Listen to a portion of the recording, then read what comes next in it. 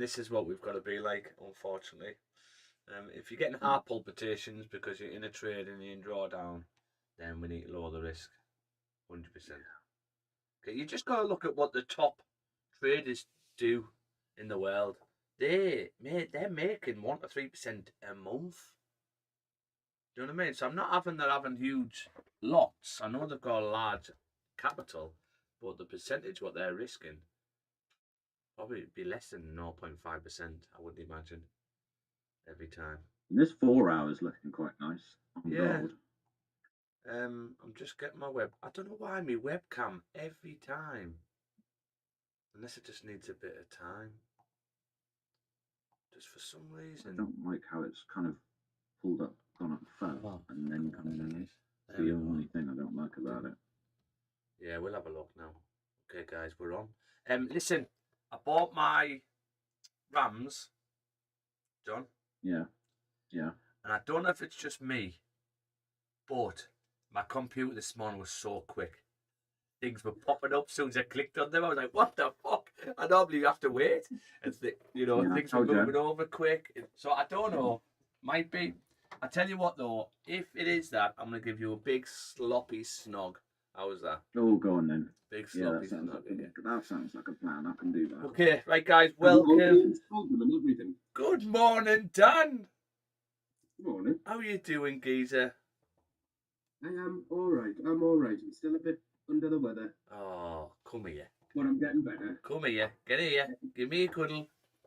Get here. Yes. Oh, I'm coming. I'm on the bus. Did you watch the match last night? I didn't. I caught all the highlights in that. But class, man. What a...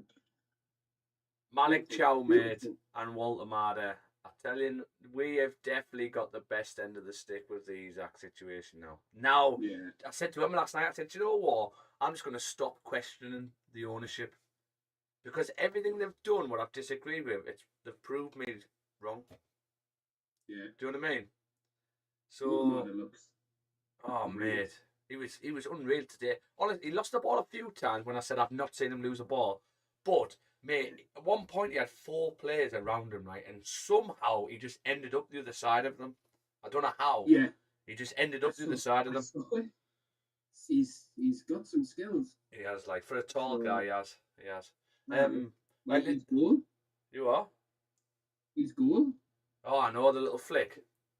Aye. Nice. Tonali was mint last night as well. Alanga was better. Still not there for me. Gordon, even though he's got 2, he's still not there for me. But yeah, Malik Chow, mate, he is going to be a beast. Malik Chow and Sven Botman at the back. That is some defence.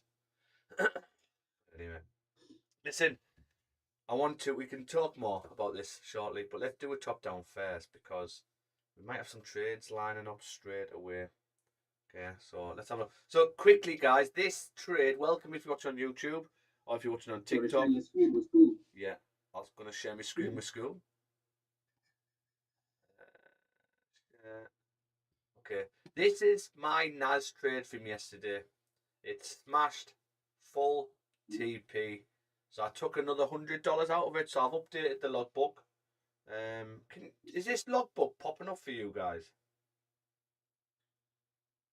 What time did you take that NAS trade? I think I missed it.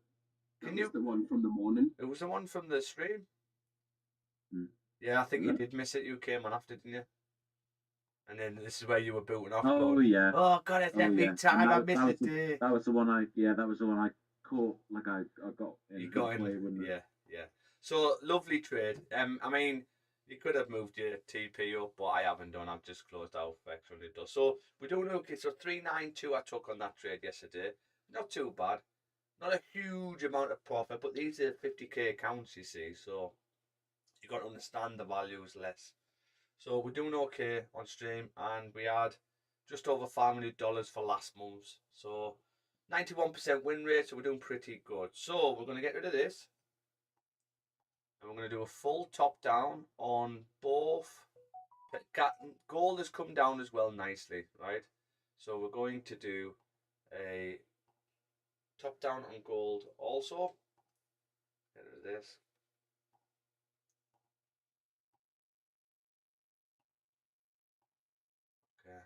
going to go on NAS first. Okay, so let's have a look. Monthly, very, very bullish. New monthly candle now, right? We're in the second day of the monthly candle. So, which way is this monthly going to go first? Are we going to get a steep top wick? Are we going to get a steep bottom wick? We don't actually know. It looks like it's opened up and it's pushing bullish. But the monthly really doesn't give us anything. Okay. Weekly. Now, we did close bearish on the weekly, but we know how price works. You can just get bearish closes and then you carry on to the upside. You can just get one bearish close and still carry on to the upside. Okay, so just because we've closed bearish doesn't actually mean much when it's like this, because this candle can still do anything. Okay, the downside to this is we've broke the highs now, so we could have took buys up and we could have took sells down, but now that we've broke the high, it's going to be more difficult taking buys up, because we've already sort of done this top wick as such. So again, the weekly doesn't really give us much. So we've got to come down the time frames. Now, what's happened on the daily? Daily has broke out. Now, what we could have done today is, if the daily had broke out and then if we woke up and got on the charts and let's say price was down here, we could have then just had buy stops above. Buy stops above, or smaller time frame closes above these ranges, and we could have took buys up ready for the flip. But the issue we've got is we have pushed up first. So what's going to happen today? We really don't know. Price could carry on pushing. It could flip to the downside, but how are we going to know if it's going to flip to the downside? And if it is going to flip, how do we get in on sells? Because we might just tap previous support and then flip back up. So it's not opened up very nice for us today. But we'll see. Still see if we can catch something. 6 hour bullish, 4's bullish, or maybe not. This is disgusting. 3, 2. You've had 2 hour close, 2 hour close.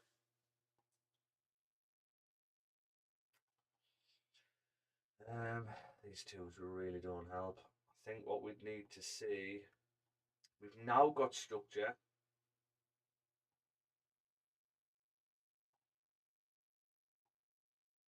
We've now got some sort of structure. We've came up, create structure, came back down, create structure, came back down. So it's a case of, if we break out to the downside, we can look at sells. If we break out to the upside, we can look at buys. That is literally it. But I think we'd need at least a 1 hour close above or below. I don't even think there's any point looking on the lower time frames. If there's nothing on gold, we can maybe look at the lower time frames. But I think we're waiting for 1 hour close above or 1 hour close below, and we can take either, because the daily can give us a steeper bottom wick, but also the daily can carry on pushing if it wants to. Okay, so that's all we've got at the moment on NAS. Let's have a look at gold. Do exactly the same. So we know the monthly was hugely, that's one of the biggest, maybe this one, it's one of the biggest monthly candles we've seen. That is a huge monthly candle. We've got no top or bottom wick here. We did have some support. This is the only thing what's pushing this up like this is news. That's it. News keeps pushing it up, because none of these are coming down for liquidity. This is not liquidity driving it as such. This is news. This really pumping it up. Usage. Yeah. So weekly, again, awful. Doesn't really give us much. Daily, closed bullish. Doesn't really give us much. 6 hours look a tad better. 4 hour close bullish. We didn't actually close back above this level though. That's interesting. This could catch a lot of people out. So where the 4 hour closed, we broke out below this level, and then we've closed respecting this level. We're still on this candle, so that means this 4 hour could, yes, it could push up, but it could close respecting at any point. It can close respecting at any point. Now for me to take buys, I think if I get a 4 hour close above here, I think I would just get in for the buys up. At that point, you probably, that's because the daily's going to carry on, I would imagine. So, yeah, but you would have to wait for a daily, a 4-hour close, which is in 2 hours. Unless there's something nice on a lower time frame again. So there's the zone there. We haven't actually closed above it yet on the 3. What does the 2s look like? Let's use this.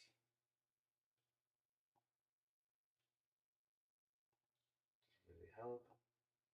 So for me, my 2 zone is about there. So if I get a 2-hour, again you wait for 2 hours. This 2 can flip to the downside at any point, and this 4 can. But the thing with this 4 is you've got a gap. You've got a gap between there and there. So if this 4 is going to close respecting, I'm not sure it's going to flip. It could easily pull back and still close bullish, but close like that. And then the next one is one what comes down. If this had closed fully respecting, then I would be expecting this 4 to potentially flip to the downside. But because there's a gap, I'm just not sure it's going to. I think if anything, what we could get is a forward close. If we want to come down, this is. And you could get a fake out back in. That's what you could get.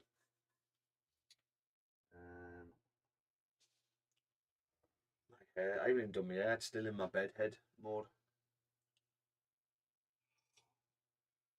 I might as well have the pillow slip stuck to my face. Okay, so the 4s is respecting. Do we see a pullback on the 4? We can't do anything because the 2 hasn't closed yet, but you've got no bottom wick. The 1, 46 minutes left. This 1 has got no bottom wick. Where is the 1 zone? So the 1 zone for me is here. If you get a 1 close above, you could potentially look at buys up. But at that point, the 2, in order for that 1 to drive, the 2 would have to like push like that. So it could happen, but I think I would need a steep bottom wick. So if the 1 closes out and I get a steep bottom wick, then we can look at buys up. That's in 45 minutes. I want to see if I can get, we might have a potential swoop entry. That's a 30. Look at the 15. Remember I said about the 15s? 15, my favourite time frame. So you've got a 15 there, right? 15 zone. Maybe there. Look at the 15s close respecting. It's a great indication, the 15. When the 15 closes respecting, you might get a big rejection. So that was a 15. Came up. Where are we going to go now? Where are we going to go now? Look at that, 15. 20 seconds left of this 15.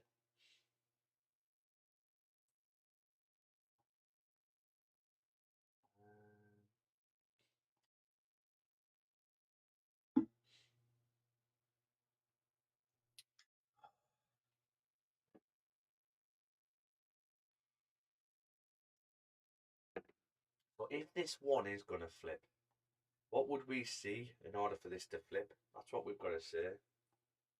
Well, we would probably see 15 breakout.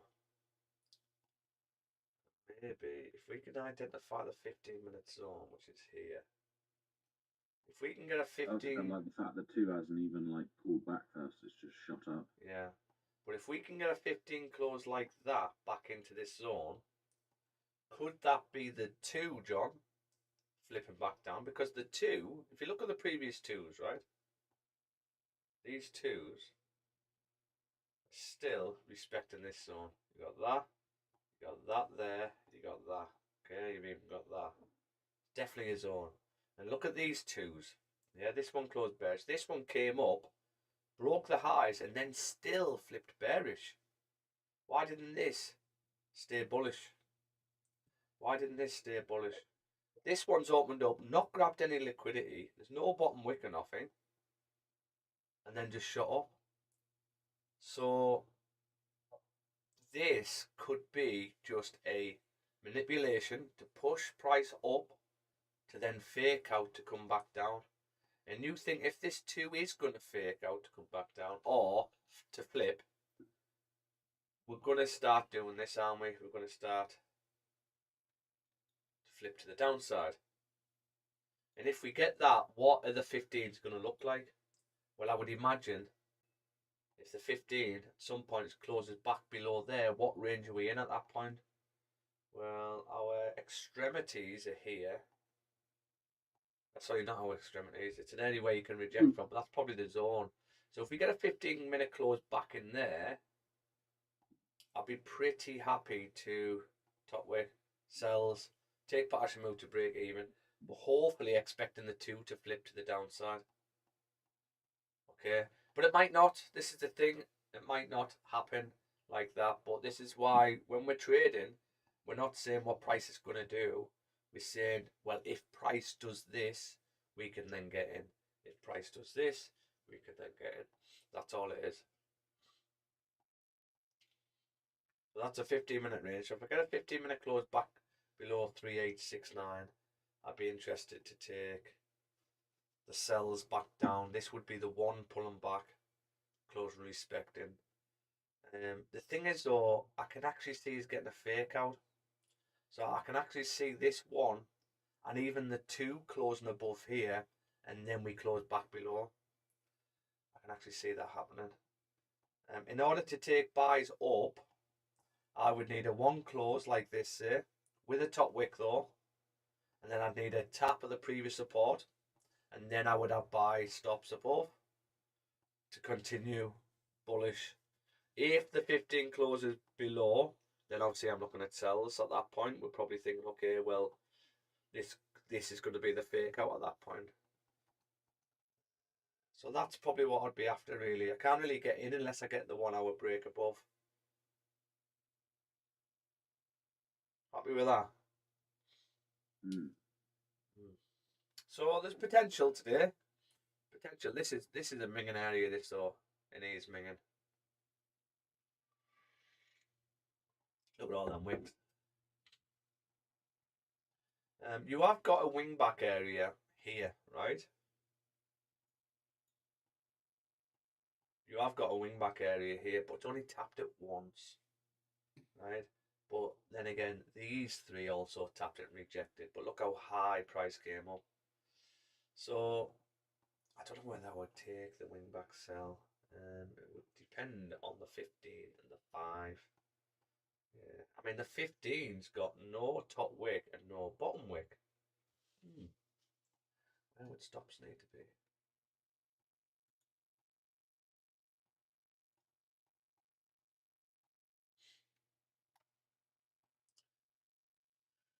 Let's see how the next 5 opens up. If the next 5 opens up,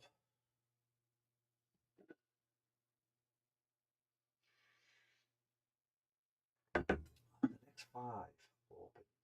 Get bearish 5. Next 5 opens up with no bottom wick. It comes up first. We might have a wing back sell here.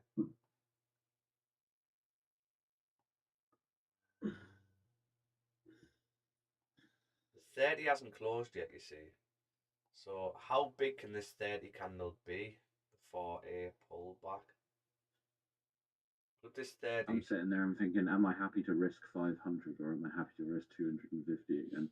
Well, this would be, this is not a high probability. This is probably a bit less. So for me, I'd probably be risking $200 on this, maybe. But what it is, we don't want a bottom wick on the 15, which it looks, we don't want a steep bottom wick. We want a, this is fine. We need the then we need this next 5 now. Well, this 5, I needed this 5 to push up first, really. We could have took a back sell. We're not bullish yet, you see. We're still bearish at the moment. All the price is still here. Price is still trying to here. figure out whether it's going to come back or not, really. Yeah, we're just working out to see, okay, is this the push up to carry on? Or just a fake out to come back down?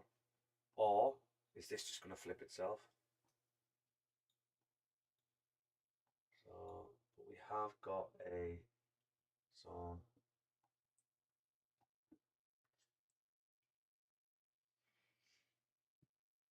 I mean, we're stalling a bit. See what this 5 can do.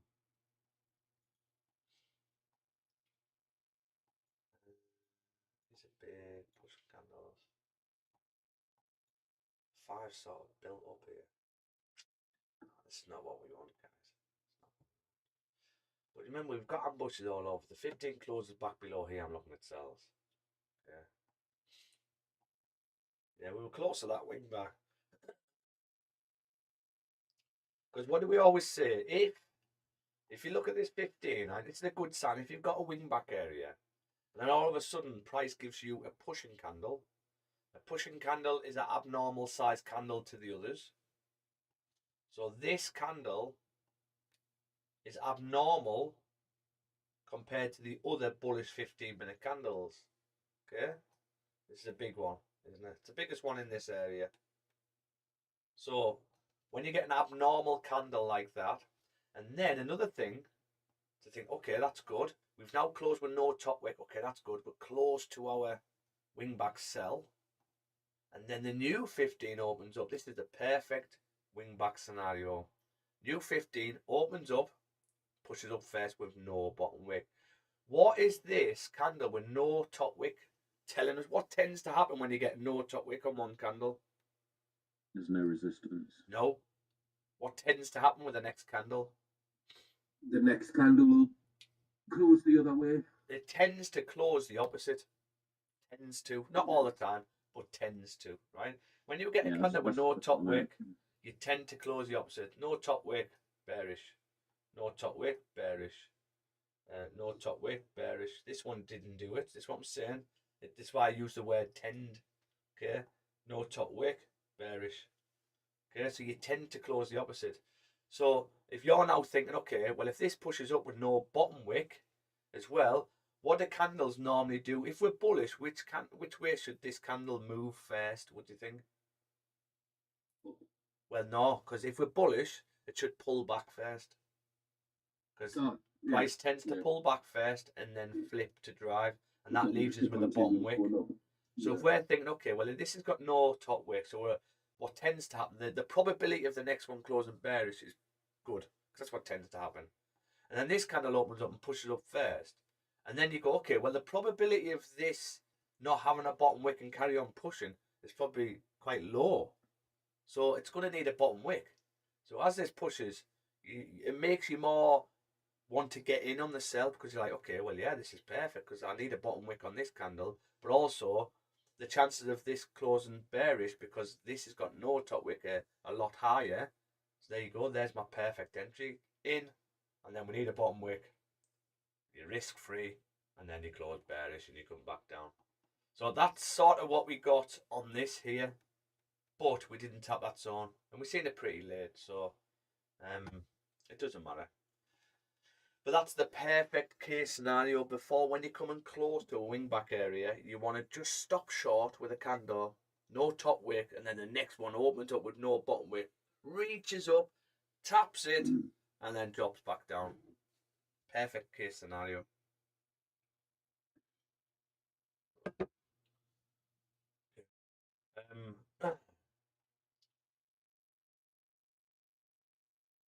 What is pretty difficult now, right, is we've actually come from these levels and then we've come down and tested.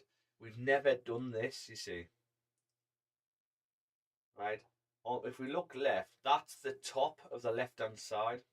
So the only thing we've got to go off when we close above here is this.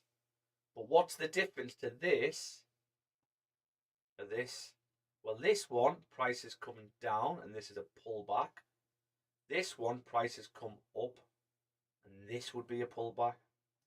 So that tells us that we literally haven't got the previous date. So we've got to be very careful when taking our trades. Yeah. But if I get a 15-minute close back below here, guys, I am interested in the sells, because I could see this 30 flipping to the downside. Actually, there's only 4 minutes left of this 30. maybe 4 minutes left of the 15 as well. 4 minutes left of the 15. Yeah, but if the 15 closes below, that's now the 30 closing respecting, but we are closing bullish. So what does that make? Oh my God. Are you going to flip? Yeah. You are not That going would to have been flip. a nice wing back. Yeah, that would have been a nice win bet, wouldn't it? Oh my God, calm down. So the issue we've got now is the 30 is bullish. So could we get a top wick, which is a pullback on the 15? That's what I would like, and then a flip to the downside.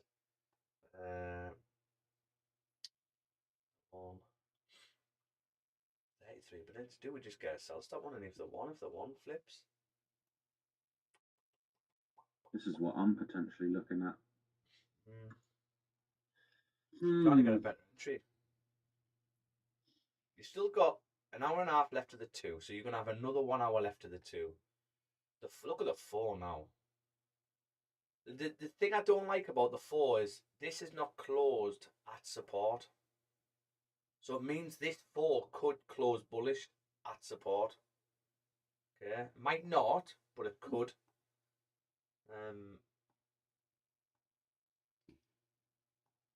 But if the 15 can close like this, and we don't close over 50, if we close over 50%, it's not for me.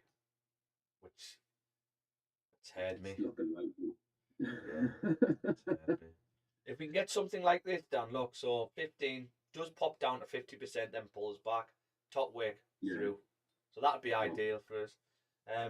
The only thing I've got to go off really with this is 15 close, 15 close tap, 15 close tap, straight through on the 15, respecting back down, respecting back down, respecting back down, respecting didn't come down, came back into the area straight through. So this one 15 close below and fake out back up, straight back through, straight back through. So yeah, the 15's a pretty high probability that it's already fucking done it. Yeah. Already done it. What did we say yesterday about doing the opposite? Yeah. Thing is though, our analysis is right. What did we say at the start? The 2 can flip. Any point doesn't mean we're bullish. 2 can flip, 3 can flip, 4 can flip. If the 15 closes below, we'll get in, but it's just completely fucked us off. What's the one doing? You've got half an hour left of the 1. Could we maybe take the 30? I don't know. If this 30 stays respecting this level, I'd be very careful. I don't know whether I'm going to take this, guys.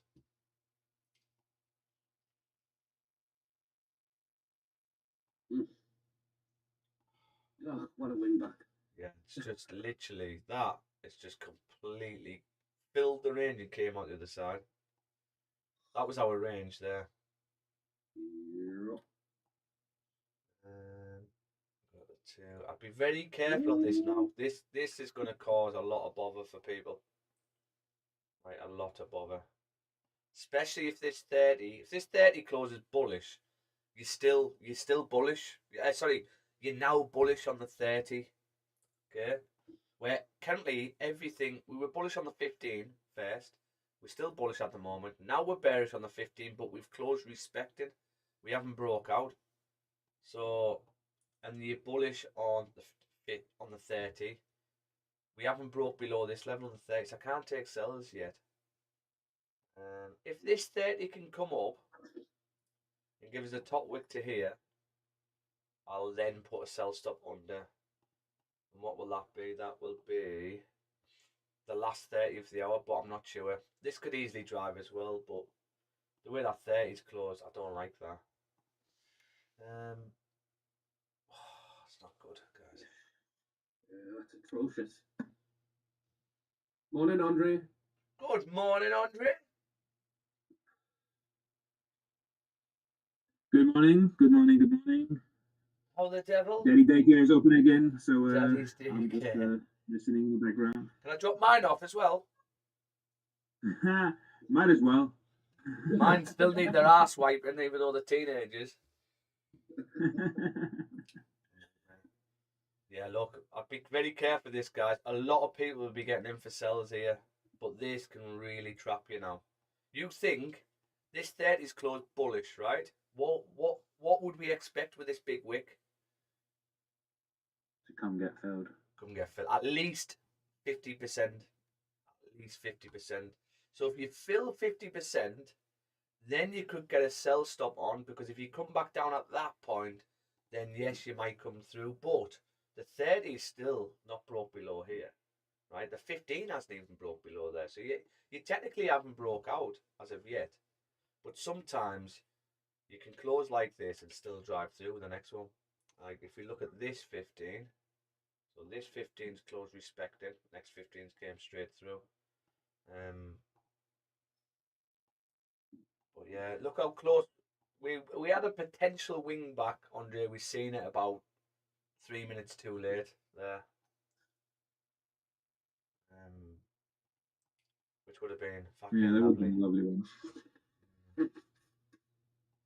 Yeah, I think we're gonna have to wait for the hour. But the hour's not really gonna help. Bearish. Can't get in now here.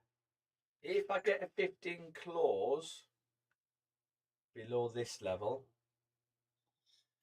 and we are less than 50% of this. This is the next level you're at here, right? This is the next 15 zone. So if we look every time we come back through, it's always good practice to do this with your little green boxes. Just go, okay, well the 15 closed there, only pushed to there.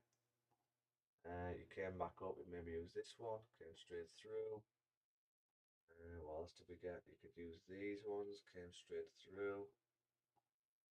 Maybe this one, came straight through. And you can maybe use this one as well, came straight through. Didn't quite tap, so we'll move that to there. So there's one area where we didn't come straight through. So what do we do there then? Well, what we could do is we mark that up, and that is now our take partial or go risk-free zone here. Okay, so now if we get a 15-minute close below here, 100% of the time, do you know what, guys? Wait there. If we get a 5 close like this, and I get a steep bottom wick, I might get in for the buys. Because we haven't done the wick fill yet. How's the one going to close? 26 minutes. You'd be expecting. Okay, we'll see. But yeah, so if the 15 closed below, that's what we could look at. But everything still is respecting.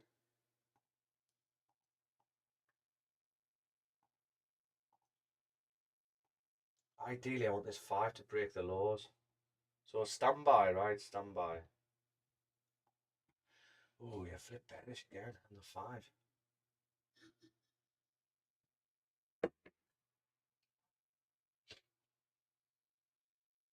So if we can get 5 come out, and then a 5 back in, then a bottom wick, I'll then take the buys up.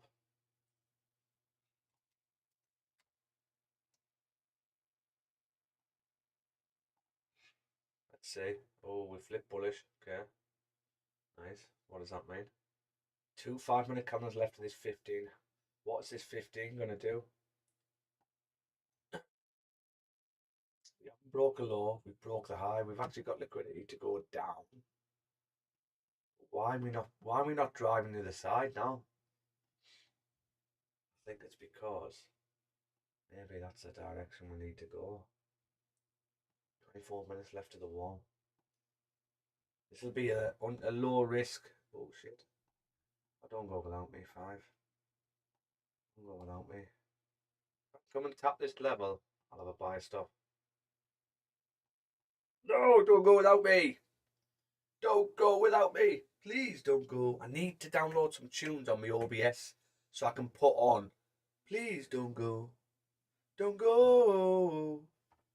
Oh, for fuck's sake, it's gone. He gone, me. Yeah, but it doesn't matter. We'll take the 15. If the 15 doesn't drive and we get a 15-minute close, we're now respecting this level again. We wait for a bottom wick. and then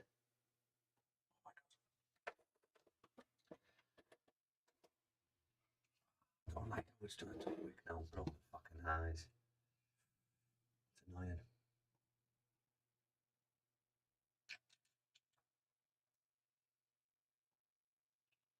Stay alert, guys.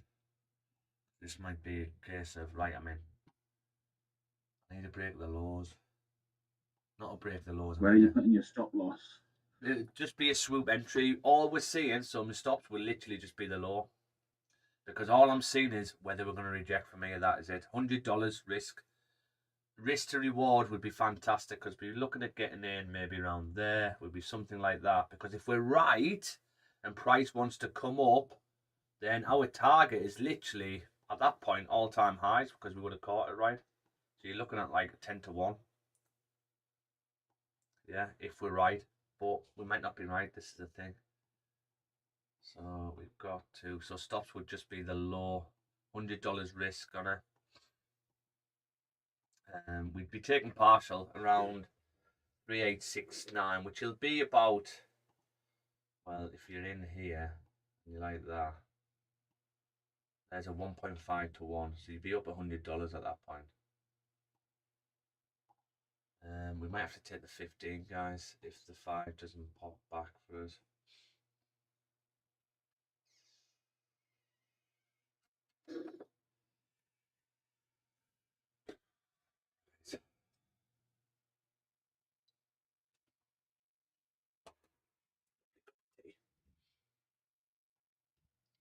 So the 1 hour is going to close in 22 minutes. The 1 hour was bearish. The 2 hour is bearish. The 3 hour is bullish. 4 hour is bullish. And you've got gaps to go up. I think we probably need, I think these 4s are going to close bullish. I think we need to fill the range on the 4, which we haven't done. Come on. Looks like we're taking the 15, guys. So if this 15 closes like this and I get a steep bottom wick, we'll have a buy stop on the next 15.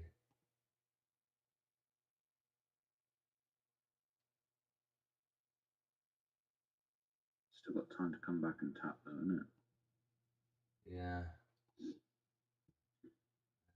I'm just trying to see the times where you've rejected. It's hard because you only reject from here. You've only rejected from here. You've got a couple of levels here where you've rejected from a few times. Other than that, you come straight through. So do we actually need to come straight through? And if so, where are we going to come to? Could we not take a wing back buy from maybe around these levels? There you go, heads up, it's coming back down.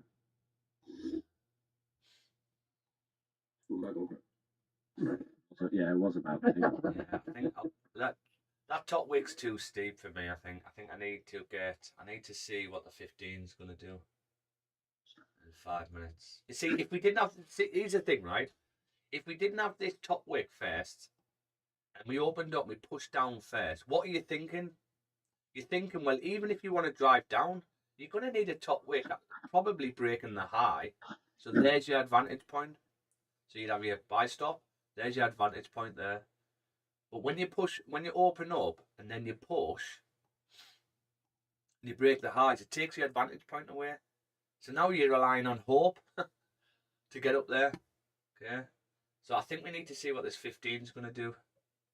Ideally, what I would like to see is, believe it or not, is the 5s to break into this level, and then the new 5 come back in. Then I would take it, because then you would have had a fake out to the downside. Why would you fake out? Why would you come back into this zone? You'd probably just fill the range, especially with the traffic what we've got. Tell you what though, guys, what I might be interested in. 15's drive. If we get a 15 close below, we flipped it on the head again. We're looking at the sells, but we'd need a top wick to rule out the fake out. You could reject from these levels. Easy.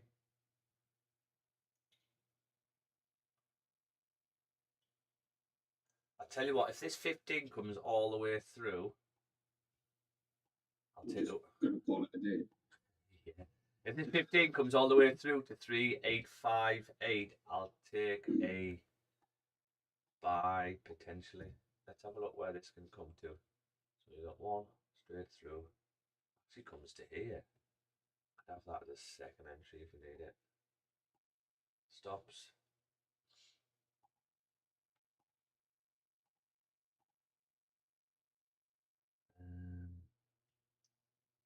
Would we take this? Grab liquidity. Are you going to drive through that area? 2 can actually come all the way down to here. 3 is bullish. This 3 I would imagine only comes to around here, so that's good. 4 needs a bottom wick. Are we going to get this bottom wick on the 4 to then flip back up? There's an hour and 17 minutes left, so we've got 2 1-hour candles left. So what would that look like then? Well, that means this one could come down, maybe pull back, close bearish, and then in order for the 4 to flip back up to fill the range, you'd need to see that. So that means we would get a fake out to the downside, and that would be the 4-hour coming down.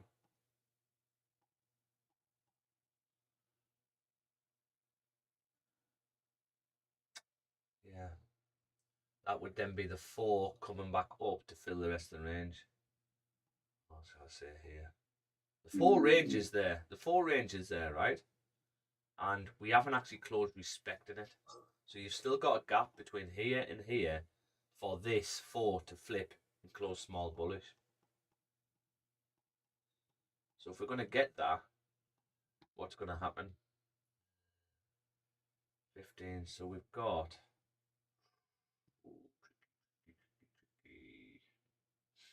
What is 15 going to close now? Respect it. Oh my god, what are you doing? Need a close below this here, guys. This level.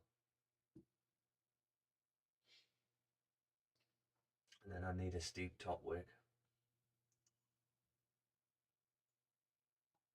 It closes respecting. I'm curious as to whether it could be worth looking at buys. Well, yeah, because if we close respecting, what are we gonna? What's the 5 gonna look like, John? Remember what I said? What I want to see. 5 breakout and then back in. Back in. Yeah. We've got no bottom wick on this 15. So is this 5 gonna flip bullish? Yeah. Is this 5 gonna flip bullish? 1 minute left. Oh my god, it had me. It had me. Look at that. Lord, you are naughty. You are naughty. Naughty. Okay, so if the 5 closes like this, that means you've had a liquidity grab now. You've now broke below, you even broke below this one just. So you've grabbed some nice liquidity to come back up. You've also had a small fake out on this structure. It means the 15. What's the 15 mean? 15's closing bullish. You naughty. Naughty, naughty, naughty. Okay. We might have get a bottom wick here. Might have buy stops on the other side. Stops would just be the low, guys. If we come back down again, we're just wrong, and this is just caught us out. Okay, but stand by. I need a bottom wick though. I need a bottom wick. Need a bottom wick to here. We might even get in on a. Okay, I am in for a buy on this. In for a buy. You still doing low risk? I am risking $100 on this. You could probably risk a bit more. It's up to you. If you're not in, just put a buy stop above. Yeah. Yeah, it's good buy stop above. You want to pull back ideally, okay? Guys, I have got $200 on this. I've just entered again a bit further down. Okay, I've got $200 on this. And so we are in. I'm in for a buy. Stops are 3861. Take partial move to break even. It's going to be this level here. Take partial move to break even. It's going to be 3867. My target could be right dead eye up if it wants to be. What's this level here? That was the potential. That. could be reaching all-time highs. My get out of this is probably if the 15 or the 5. Probably if the 15 closes below, but here's the thing.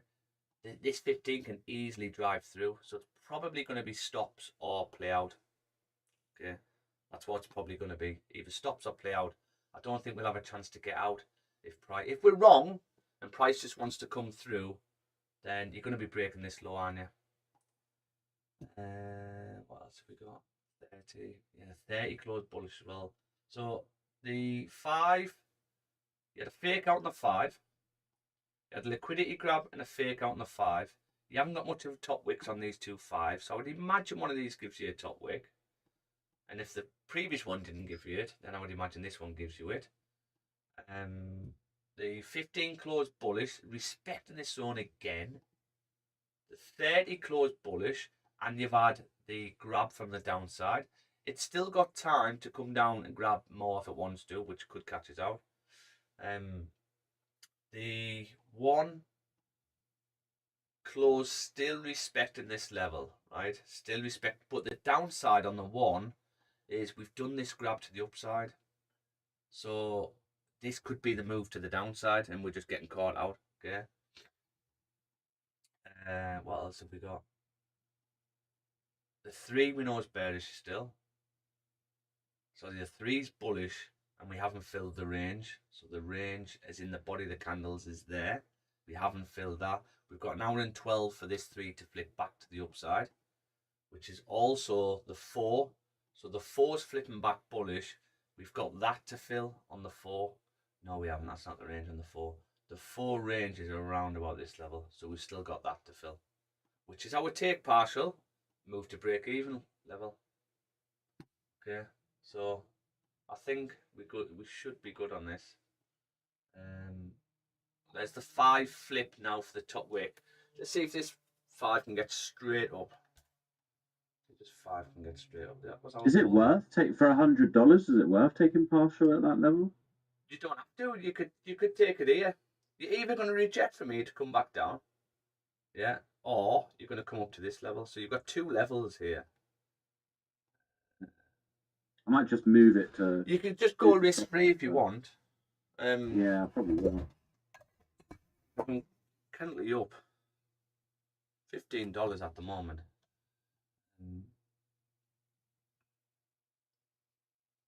What was the first one? Because if we are coming back up, we should push all the way back up to these levels. Okay, so there you go. There's that level. You can go risk free now, but bear in mind what's going to close. 10 minutes, you've got 30 close. If you come back down now, you're going to flip, aren't you? So, like that. I haven't actually took any partial. I've not even gone risk free yet.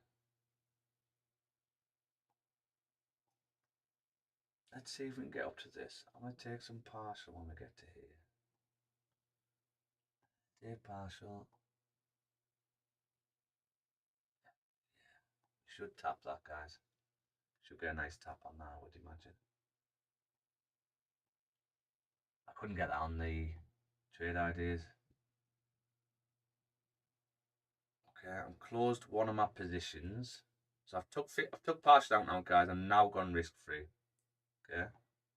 Took partial out. I've now gone risk free. You got no top wick on the 5. We're now risk free on this trade. And we've took partial. Took $50. $50. Can we avoid this bottom wick? Come on, the 5. Get up there. We've peaked 33 pips. Good start. Because it's lower value though, it's not much money. But $50, you just got to build them all up. Build them all up. See if this can flip to the upside.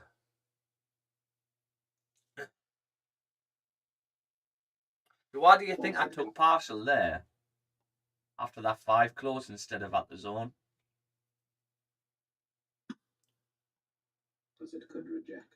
Why? What tells me that we could get a bearish 5 next one? no top wick on No the top wick on the 5, yeah. Now the 5 previous time frame, five. yeah, the previous 5's got no top wick, so you could get a what 10 start minutes, the next candle that closes bed. Less on the 5 minute though, more on the higher time frames. But yeah, we could easily close bearish here on the 5. Now we've got a higher time frame close in 15 in 8 minutes, so we've got 2 5-minute candles left of the 15. I would definitely, if you haven't done though, I would definitely take partial here and go risk free, because this might just need another tap before coming down. Yeah, but we're still in. We're in. Nice 33 pips. Another win for the stream. I'm break even. I haven't taken any partials. Yeah, you should get up there, Dan. Anyway, you should get up there anyway. This 5's gonna flip, mate, just for you. No one else, just you. Just me. Just me. No, it'll flip for me as well because I've gone to break even as well. No, stop being greedy. I'll tell you Just what me. though. This 5 is let's have a look at the lower time frames here. The 3's just closed, so we need to avoid a bottom wick on the 3.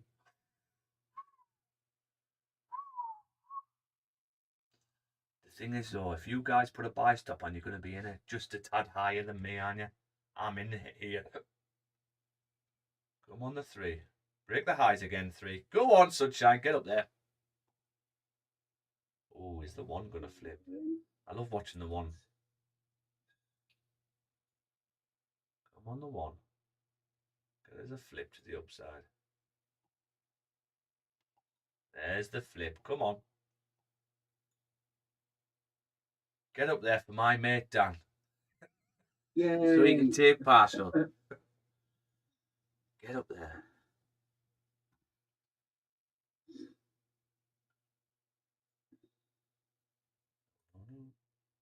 No. You need a bullish close on the 3. Right, that's what you need. And there's 37 seconds left of this 3. If you get a bullish close, it's probably telling us you're not going to reject from here. Because there's a level on the 3. Look at the 3. You get a little rejection. So we don't want to close respecting this.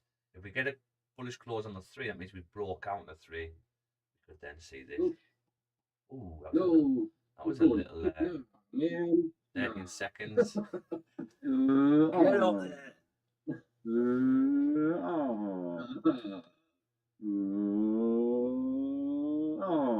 It's the rides.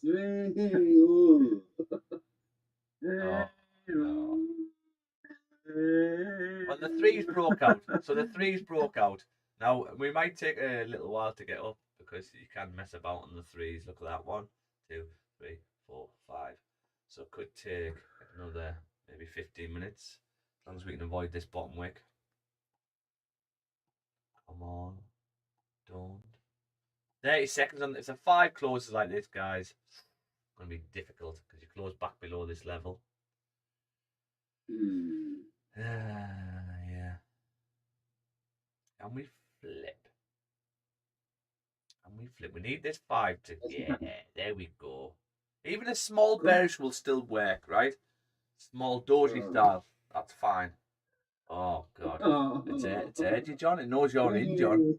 Can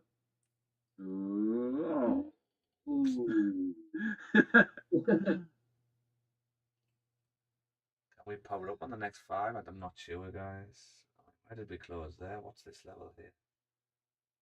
This on. So I would say we've got a zone here. Yeah.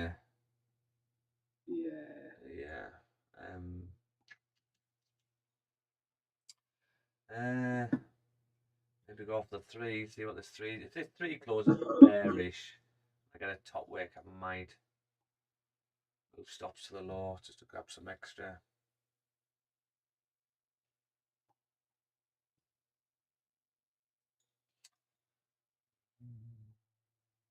What I would probably recommend is if you do take partial, and the 15s, well, to be honest, excuse me, you only need a 15-minute close and then avoid that bottom wick. So if you can get a 15 bullish close and avoid that bottom wick, He's all right, but whether you want to wait, but I'd probably, oh, maybe not now because we've dropped. I was going to say maybe take some partial because the chance of it not getting stopped out of break, you should be stopped if you went in up. Yeah. Yeah. Yeah, we're out. I'm not out. I'm still. I didn't put a buy stop on. Didn't you? Did you just enter? Did you enter on the see, I ended on the flip. So I was 5 pushed down with no top wick. I was like, yep, I'm in. So yeah, I'm executed. It's a 15. So, 865 was my entry. Yeah. Well, here's the thing, right? So if we get, because there's still 1 hour left of the 3, the 4, and the 2. So if we get a 1 hour close like this, and I get a bottom wick first, I'm gonna have another buy stop on the hour, yeah. Straight, Peter. Straight. That's exactly what I was looking at. I don't know whether to adjust my stops though. Just keep that on.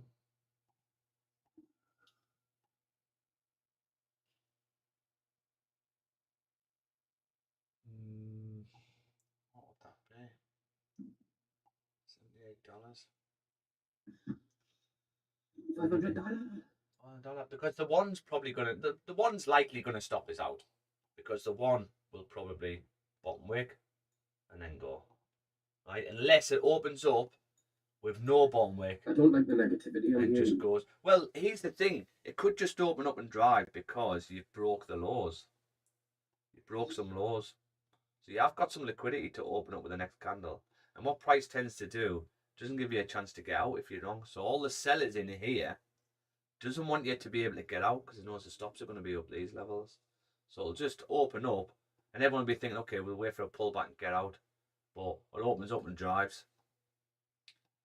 So yeah, it's literally, this one's going to close in, but I would need a pullback for another entry on.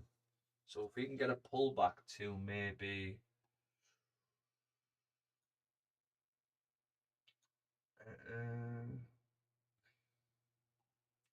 maybe the buy stop area.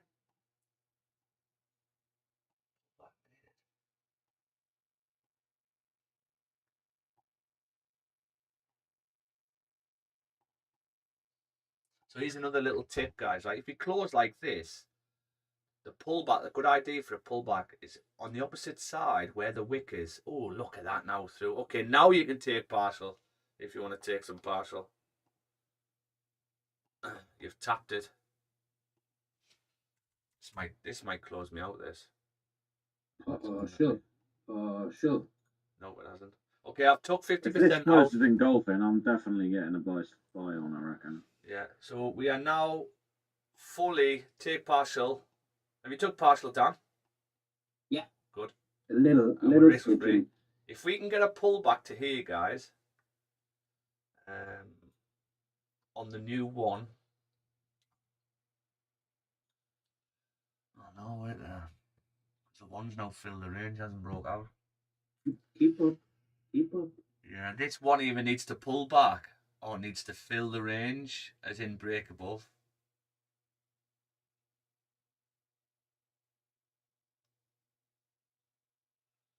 I mean, we don't want you to break above.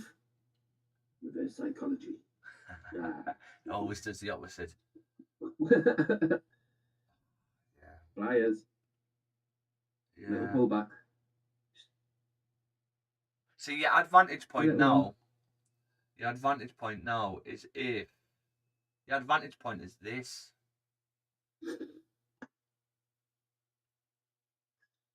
So if I can get a pullback to this, I'll have a buy stop above. But my take partial, John, if you're getting in again, your take partial has to be this zone. You can easily just tap and reject. But only when I get a pullback. If price comes up first and wicks into it, I won't be adding a position. I need to wait for closes above. We'll wait for the 2 and the 4. Definitely more trades today though, guys. Definitely more trade. Yeah. And you're lucky because I don't normally take more than 2 trades. Well, 1 trade. Well, yeah, happy with that. What are we up? We are up 39 pips. Actually, no, we peaked more than that. We peaked. 43 pips. Fantastic. Here's the pullback for the 1 now. Okay, so if you want, you could have a buy stop on, but it's very, very tight. I would use the wick for a buy stop, and you're gonna have to go risk free here. Here. So what would that be, pips wise? I think that's a bit too tight for me. That 7 pips. I can't do that. It's too small for me. That.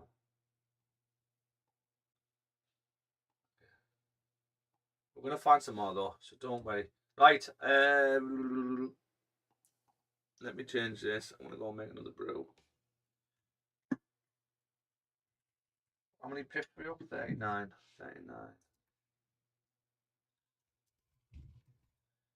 Stream. We'll get stopped here, Dan. Where are you going now? What are you doing, mate? What are you doing? Go back up. Get up there.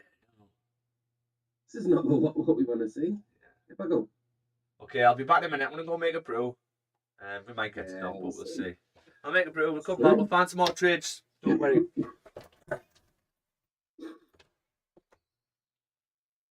Right here.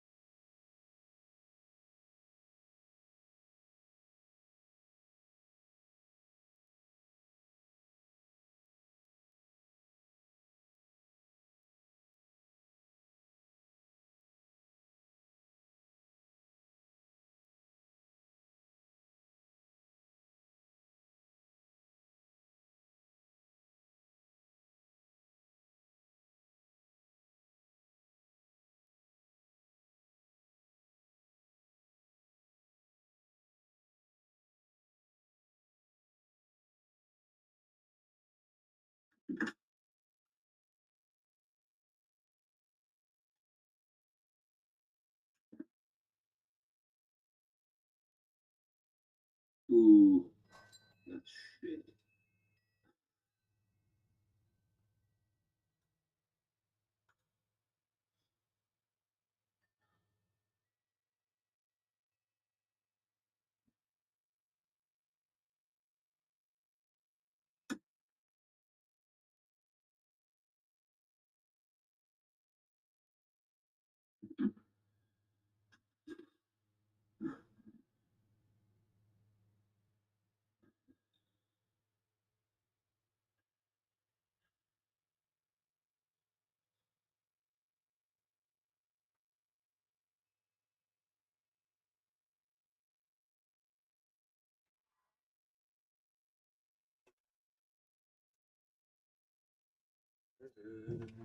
Are we looking? Did we get stopped? We bloody did. Yep. Should have been a lot. Yeah. Okay. Well, not a bad trade. Not a bad trade. Let me just write this down so I don't put it onto the book. So what did we peak? 39 pips, wanna pips.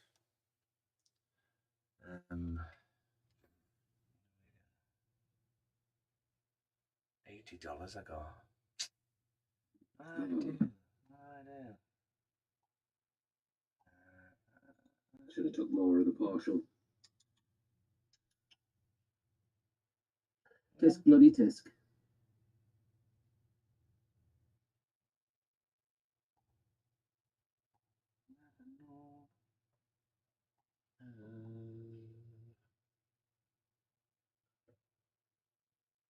Okay. $79. We'll take it. We'll take it. $79.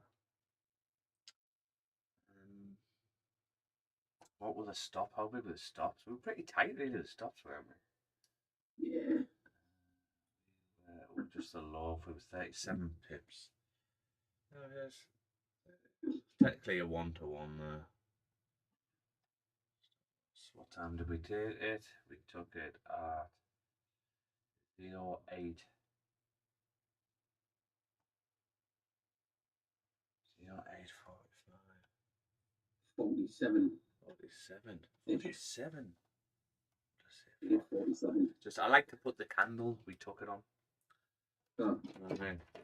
Not the exact time as such. That's how I like to do it. Okay, right. Let's have a look then. Nice 39 pips there, guys. What's going on with price? Let's get rid of this. Let's get rid of this. I can't take that one. I don't know whether I like the one. It's just because it's filled the range. If I hadn't and closed bullish, you've then got, if we closed here, you've then got that and that to play with. But now you've only got that and that because that's the next range. So it's difficult because we're stuck in this range now. Don't look at NAS. I'm on NAS? Oh no, I'm not. I'm on gold. Why? What's NAS doing? Is it flying? Oh my god. Oh my god. Holy fuck. Oh shit, we could have took the one. Look at the one.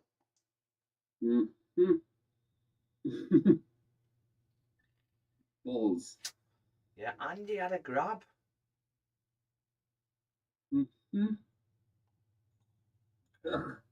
But the two's right. Coming back down. It's fake out. But the two's about to close. So if the two closes like this and I can get a bottom wick, the thing is I don't think we'll get a bottom wick, but if I do get a bottom wick down to these levels, then we can maybe have buy stops above. But I just don't think we'll get down that far. But if we do, fantastic. Let's put an alert on this actually. Gotta keep. Oh shit.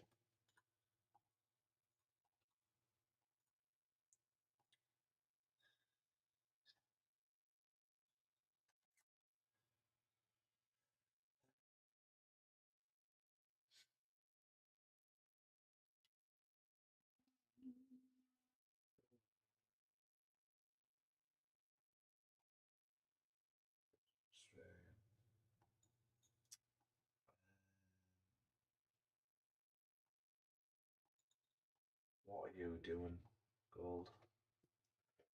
What are you doing? Okay, so here's the thing. Again, same situation. If the 15 closes below, I would take the sell down. Because I feel like it wants to come down, even just to like. In order to drive up, yeah, because Yeah. we're struggling to drive up. We keep struggling to. I mean, we've had what 3 candles there, struggle to break above. So I think we need to break the lows, don't we? Yeah. Properly. I mean, this one broke. How many lows did this one break? Let's zoom in. Maybe 2. So broke that one. Break that one. Maybe just that one. Didn't break this one. Yeah, maybe we need more liquidity.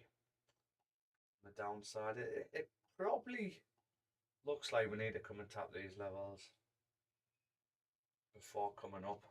Just, yeah, if this 1 hour, right? If this 1 hour comes down, I will take the wing back buy. Yeah. Because I reckon we could get something like this. 1 hour pops down. And then just shoots off.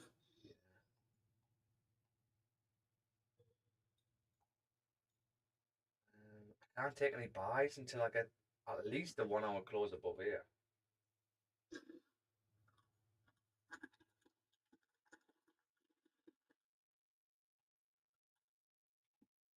We're just really struggling around this zone, aren't we?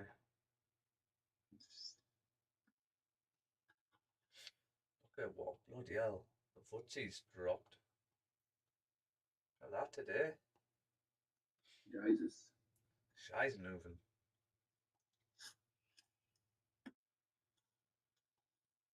Oil is doing fucking nothing. Ooh, come to the downside. Is XRP getting on? Come on, XRP, get up there. Get up there.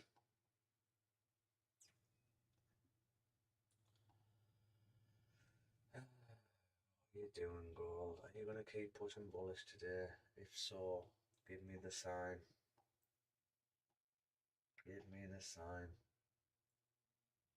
I mean, if we zoom out a bit, technically this one broke all these lows. But why aren't you carrying on? Yeah. Do we need a 50% pullback? Should be around these levels.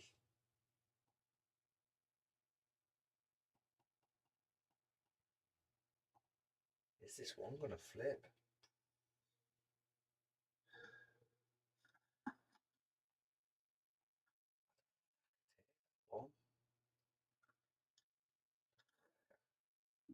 But then is it going to go anywhere? Is it just going to give you a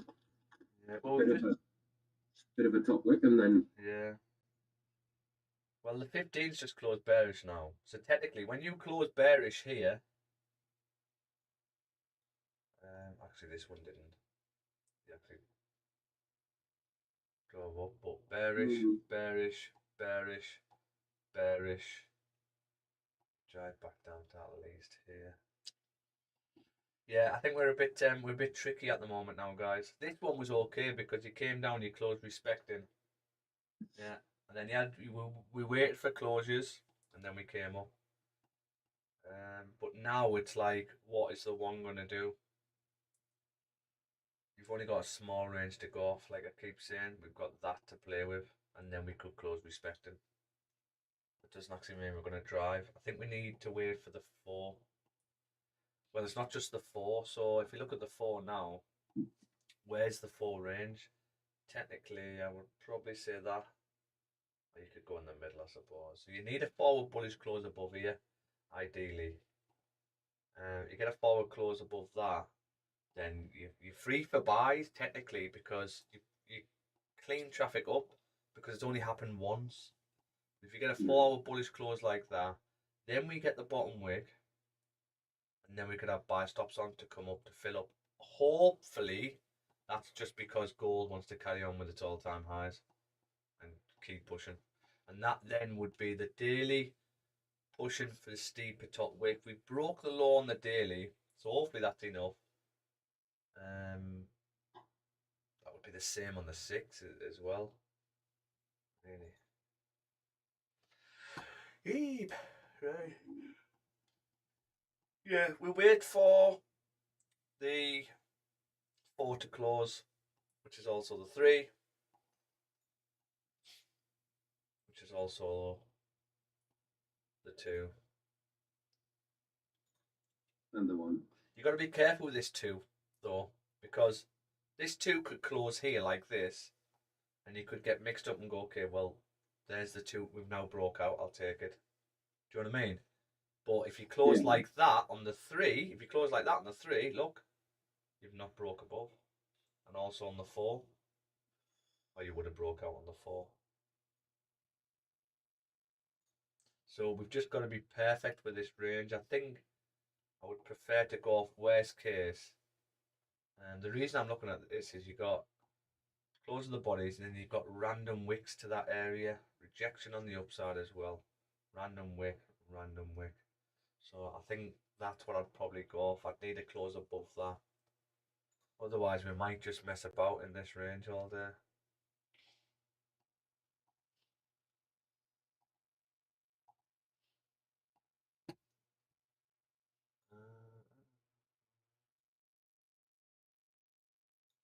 Yeah, we'll have to wait, guys. I think unless something really pops out, but I just don't know what this. The one's flipping there now. Look at that. Flipping. What's a 15 doing? 5's coming up. Yeah, you don't know what. You could easily just reject from here. You can tap this and just pure plummet through the floor.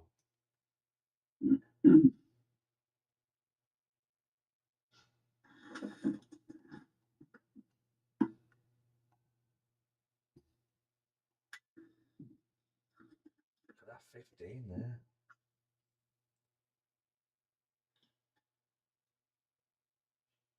This 15 could easily close up and round 7. This 5 does. What was it? This 5 maybe.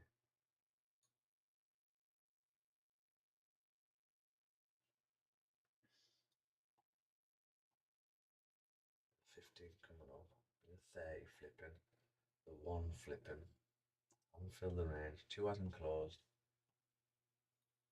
See what this next 5 does.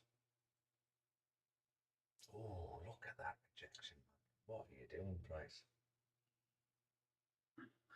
It's minging out, isn't it? You have got an area here where the 15 can just really push up. So you close bearish, and you just drive up without much of a bottom wick. Are we going to do that? But also, when you close bearish around these levels, you tend to come back down. So this 15 is literally 50-50 what it's going to do. But if this 5 can come down and break a low, this 5 comes down and breaks a low, right? I'll have a buy stop, but it'll be rare if it comes down and breaks the low and then flips back up. That makes sense. But if it does, fantastic. But if this 5 comes down, breaks this low, I'll have a buy stop above the 5, because then that will be you'll have 2 5-minute candles left of the 15. That's probably telling you at that point that the 15 is going to do that. We've got our vantage point. Our vantage point is this level, 3870. So, but I think it'll be quite rare for this to come and break the low and then flip. We don't want a top wick on this yet.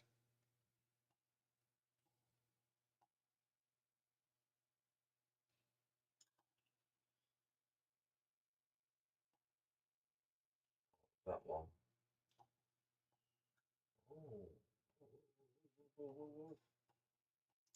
I didn't have time to get that on the trade ideas. Do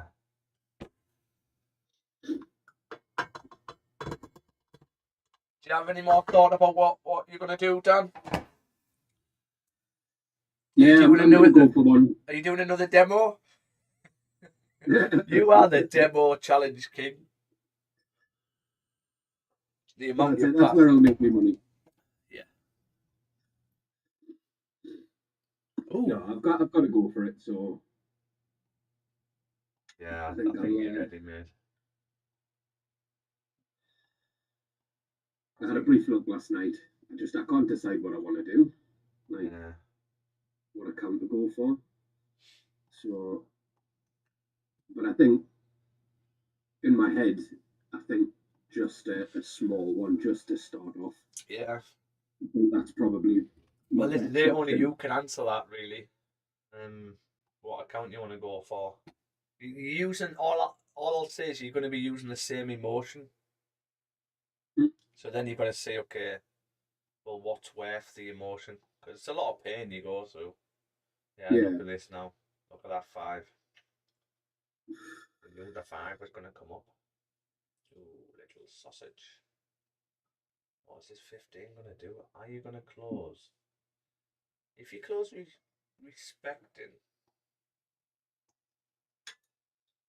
I don't know what I want to take anything like that. No. I think we're going to wait for the. I mean, I did put a buy on then, but I just and I've closed out now with like $50 profit. The only reason why I've closed out on it is purely because the 4 hours about to close. Well, yeah, you know and also it's tapped your advantage point. Look how many times we rejected from these levels, Joe. I know. So you did right. This is the thing. It's like this is why I say I wish you couldn't see MT4 balance, because when you look at it and it hits its zone, you then look at your balance and go, well, I can't take partial. That's no money. Do you know what I mean? But then that's training your brain to hold. And we need to train our brain as if we were on £1 million worth of funding. Like we've just got to, I wish, just close your MT funds, go off, okay, what is trading view telling me? Well, it's telling me that here, I've got to take partial multiplicator because this is an area I can reject from. Do you know what I mean? And the thing is, with those little things as well, like, I mean, because I've made that mistake. I made that mistake the other week where I put the buy on. I thought, oh, this looks like it's going to come up. But I put the buy on like 45 minutes before the 4 hour close.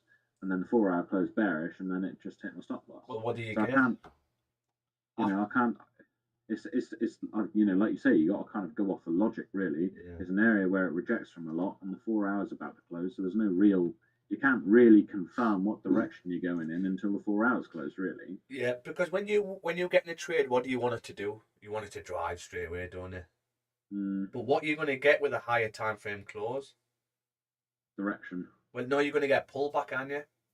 Well, yeah. So if you're looking at a buy and then the 4 hours about to close, that pullback on the 4 is going to be huge, especially if you're entering on the 5. Okay, so and I've done this quite a few times. So let's say this is a 5-minute candle, and this is a 5-minute candle. We know how price works. If we're bullish, what should happen with this 5? This 5 should pull back. This can come as far as the previous wick. So this could come all the way to here and then still flip. Okay? And all time frames, all candles do that no matter what time. So if this was a 15-minute, it'd do the same. If this was a 4 hour, it'd do the same. But the difference is, let's say this is a 4 hour candle. Okay? This is a 4 hour candle. What would that look like on the 1 hour, say? So let's say this is the 4 hour candle, so we've had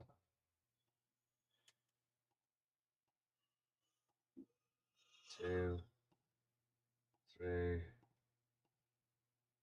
4. Let's say we've got a top wick on this as well. So let this 4 hour candle here is this. These are 1 hour candles, right? Now, if you're entering on a lower time frame, let's say you're going to enter on a 1 hour and you're waiting for a pullback, because you know how pullbacks work. This pullback can come and test the previous wick. So you decide to have your stop loss just below here. So you have your stop loss below there. And you've got your buy stop above the 1 because you've had your pullback. Buy stop. But what you haven't realised is the 4's just closed. So this one should come back and then flip. But the 4's just closed. So what is the 4 going to do? It's going to do exactly the same, isn't it? But how far down is this going to go? Well, that means this 4 can actually come all the way down to here. And then as the 4 starts to flip,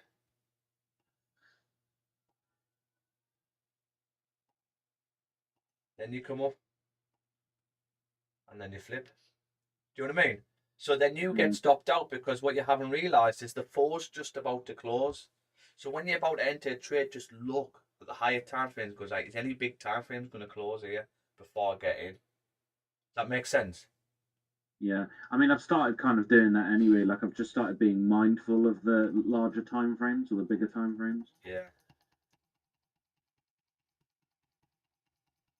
But yeah, because a lot of people are like, well, I took the 1 hour breakout. Yeah, but the 4's just closed. So you're going to get a decent pullback, aren't you? So you're going to have to wait for that steep bottom wick. And when you hear me go, right, I want to see a steep bottom wick. And you might wonder why. And it's because of things like that. Well, we haven't grabbed any liquidity, but also the 4's going to close, so I want a steep bottom wick. Once I get the steep bottom wick, as we come back up, I know the 4's going to flip. So it just really helps. We've got 30 minutes, guys, to mong it. Mong it. It's all on this 3, really. This 3 can close above. Fantastic. If it doesn't, not very good. Because then, if it doesn't, if you think about it, if it doesn't, right? But this way I can catch a lot of people out. So if this 4 closes here, I know we're there. Maybe, let's say, the 3 closes like that, respecting this level. But if you flick to the 4, and if people haven't got the ranges right, that means it would have broke out to the upside. And people be looking to get in. Be a lot of buys in here. So I'd just be very, very careful here. This is going to catch a lot of people out. If we close respecting, I might just call it a day, guys. NAS is doing nothing for me. I would need a close. The 15s are lovely though, right? If you get a 15 close below here, you need to take sells down to at least this level. If we get a forward breakout like that, and then the new 4 pulls back, I will take this as a wing back buy. Because even if you're wrong and the 4 hour wants to break back in, you're probably going to do something like that. And the new 4 top wick to come down. So if the new 4 does pop down, tap this wing back buy, I will take it. And that would be some trade. Don't know whether I would take it unless the 3 breaks out. So I'll be on till 10 at least. We'll see how this comes.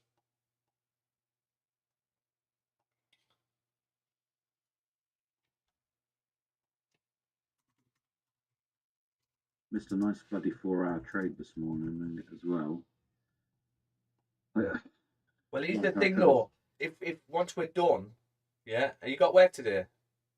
Yeah. Yeah, once you're done, just leave it. Close your phone. Don't even look. The only time I look at the charts again is when I'm in bed. Around 10 when closed. I just like to see where the daily candle's closed. That's it. Yeah. That's the only time I look.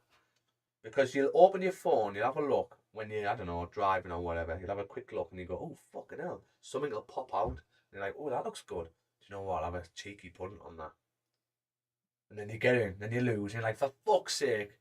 And you're like, I shouldn't have done that. Why did I do that? Right, I need to make that money back now. Revenge trade. Done. Well, I'm very, very, very, very, very slowly clawing it back. Yeah. Very slowly. Forget about your balance. Let's just take every trade.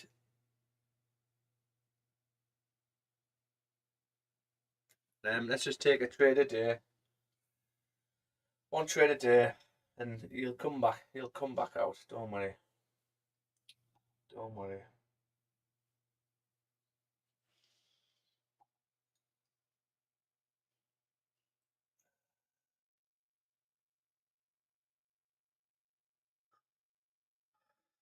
Ooh. Yes. Yes, Dan. Yes, Dan. When there's a good trade, I always talk to Dan in my thoughts. I mean, this one's popped up now, but again, it's. I think I've just got to remember that it's that 4-hour closing logic, isn't it? Yeah, let's wait for the 4 to close, and then we want a bottom wick. I want a nice It bottom equally wick. could still do the opposite, couldn't it? It could have just come and tanked down, couldn't it? Yeah. An easier thing as well, this 4 could open up and it could tank up. Can you tank up? No. Never been good with words. Never been good with words.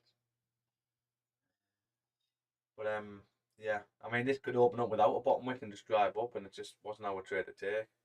Do you know what I mean? The thing is, well, I put 1% on it, and like I put 1% on it because I was kind of confident it was going to come and hit TP, but my TP was only like $260. So really, like, you know, when you weigh it up against what the closing 4-hour could possibly do, is it worth risking $500 to find out what it's going to do? No, exactly. That's it. Now I think you're starting to think in regards to your risk.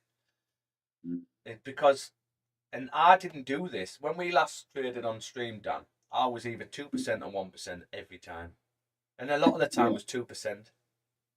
Right, but now I've started to learn and actually read the chart and go, okay, what's the probability? So I have like a calculator in my head where I work out the probability. How many times has it done this?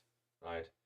What's happened as I add liquidity go? I put everything in my decoder and it gives me the probability. Okay, 70% this trade's going to play out, or 50-50 this trade's going to play out. And then I go, okay, right, well, 70% I'm happy with it. What am I willing to lose in order to see if I'm right? That's what I say to myself. That's how it literally. That's how I say it. I think that's some really sage advice, to be honest. That's very, very sage advice, because people don't really think like that, do they? They just think in percentages. They don't sit there and ask the question, what am I willing to risk to find out if I'm right? Yeah. You know what I mean? And then when you'll find if it doesn't play out, honestly, you won't give a shit because you were willing to risk that. You're willing to risk that. So yeah, it just starts try and start saying that to yourself. What am I willing to risk to see if I'm right? Because mate, there's been some trades where it's like, this looks fucking mint. I mean, I know what those trades are. Like they're clean, they're clear, they're very evident. My hair's a mess. Like those are the ones that you could put. You know, you could say, "Yeah, I'm happy to risk 500 because this looks very probable." But ones like this, where, you know, yes, it's great that it's come down, but equally so, it's also in a bit of a messy range as well. So it's hard to have more confluence is probably the word, isn't it? Really. Well, that's what we're looking for too, aren't we? Confluences. Well, that's basically confluence for me. It's just a different word for working out your probability, the probability of the trade, and that's what it's all about. The probabilities. How probable is this going to push up to this level? I mean, like with this trade, I was probably like I'd probably say about 65% certain. And the thing is, like, I've had higher, like in my, what I consider a qualifying trade, I've had higher probabilities than that. Like, I've spotted trades which are like 85-90% probability. And the thing is, what annoys me is, like, I've still chickened out on those trades. Yeah, but Dan mentioned it yesterday. It's because your risk was too high. Now, this one, like, I was sitting there and I was thinking it's probably 65%, because there are still some. It's mainly the 4-hour that kind of put me off, because I've been burnt by it. I've been looking on lower time frames like the 1, 2, and the 3, and it all looks nice. But because the 4-hour is about to close, and I put the trade on, and then suddenly the 4-hour just flips. You know, I've been burnt by it before. You know. Yeah. Yeah. Like the 4-hour and the daily are kind of the key indicators of direction, really, I think, for me. It's been a You know, good if you get a lesson this bullish morning. 4 hour and a bullish daily, and you see like stuff lining up on the lower time frames, then it looks like a very probable trade. Do you know what I mean? Yeah. It's been a good lesson this morning. So this 4 closed bullish, didn't it? But it didn't close at any support. So why would this one close bearish? That's what we said at the start of the stream. Why would this close bearish when you've still got between this area and this area to fill?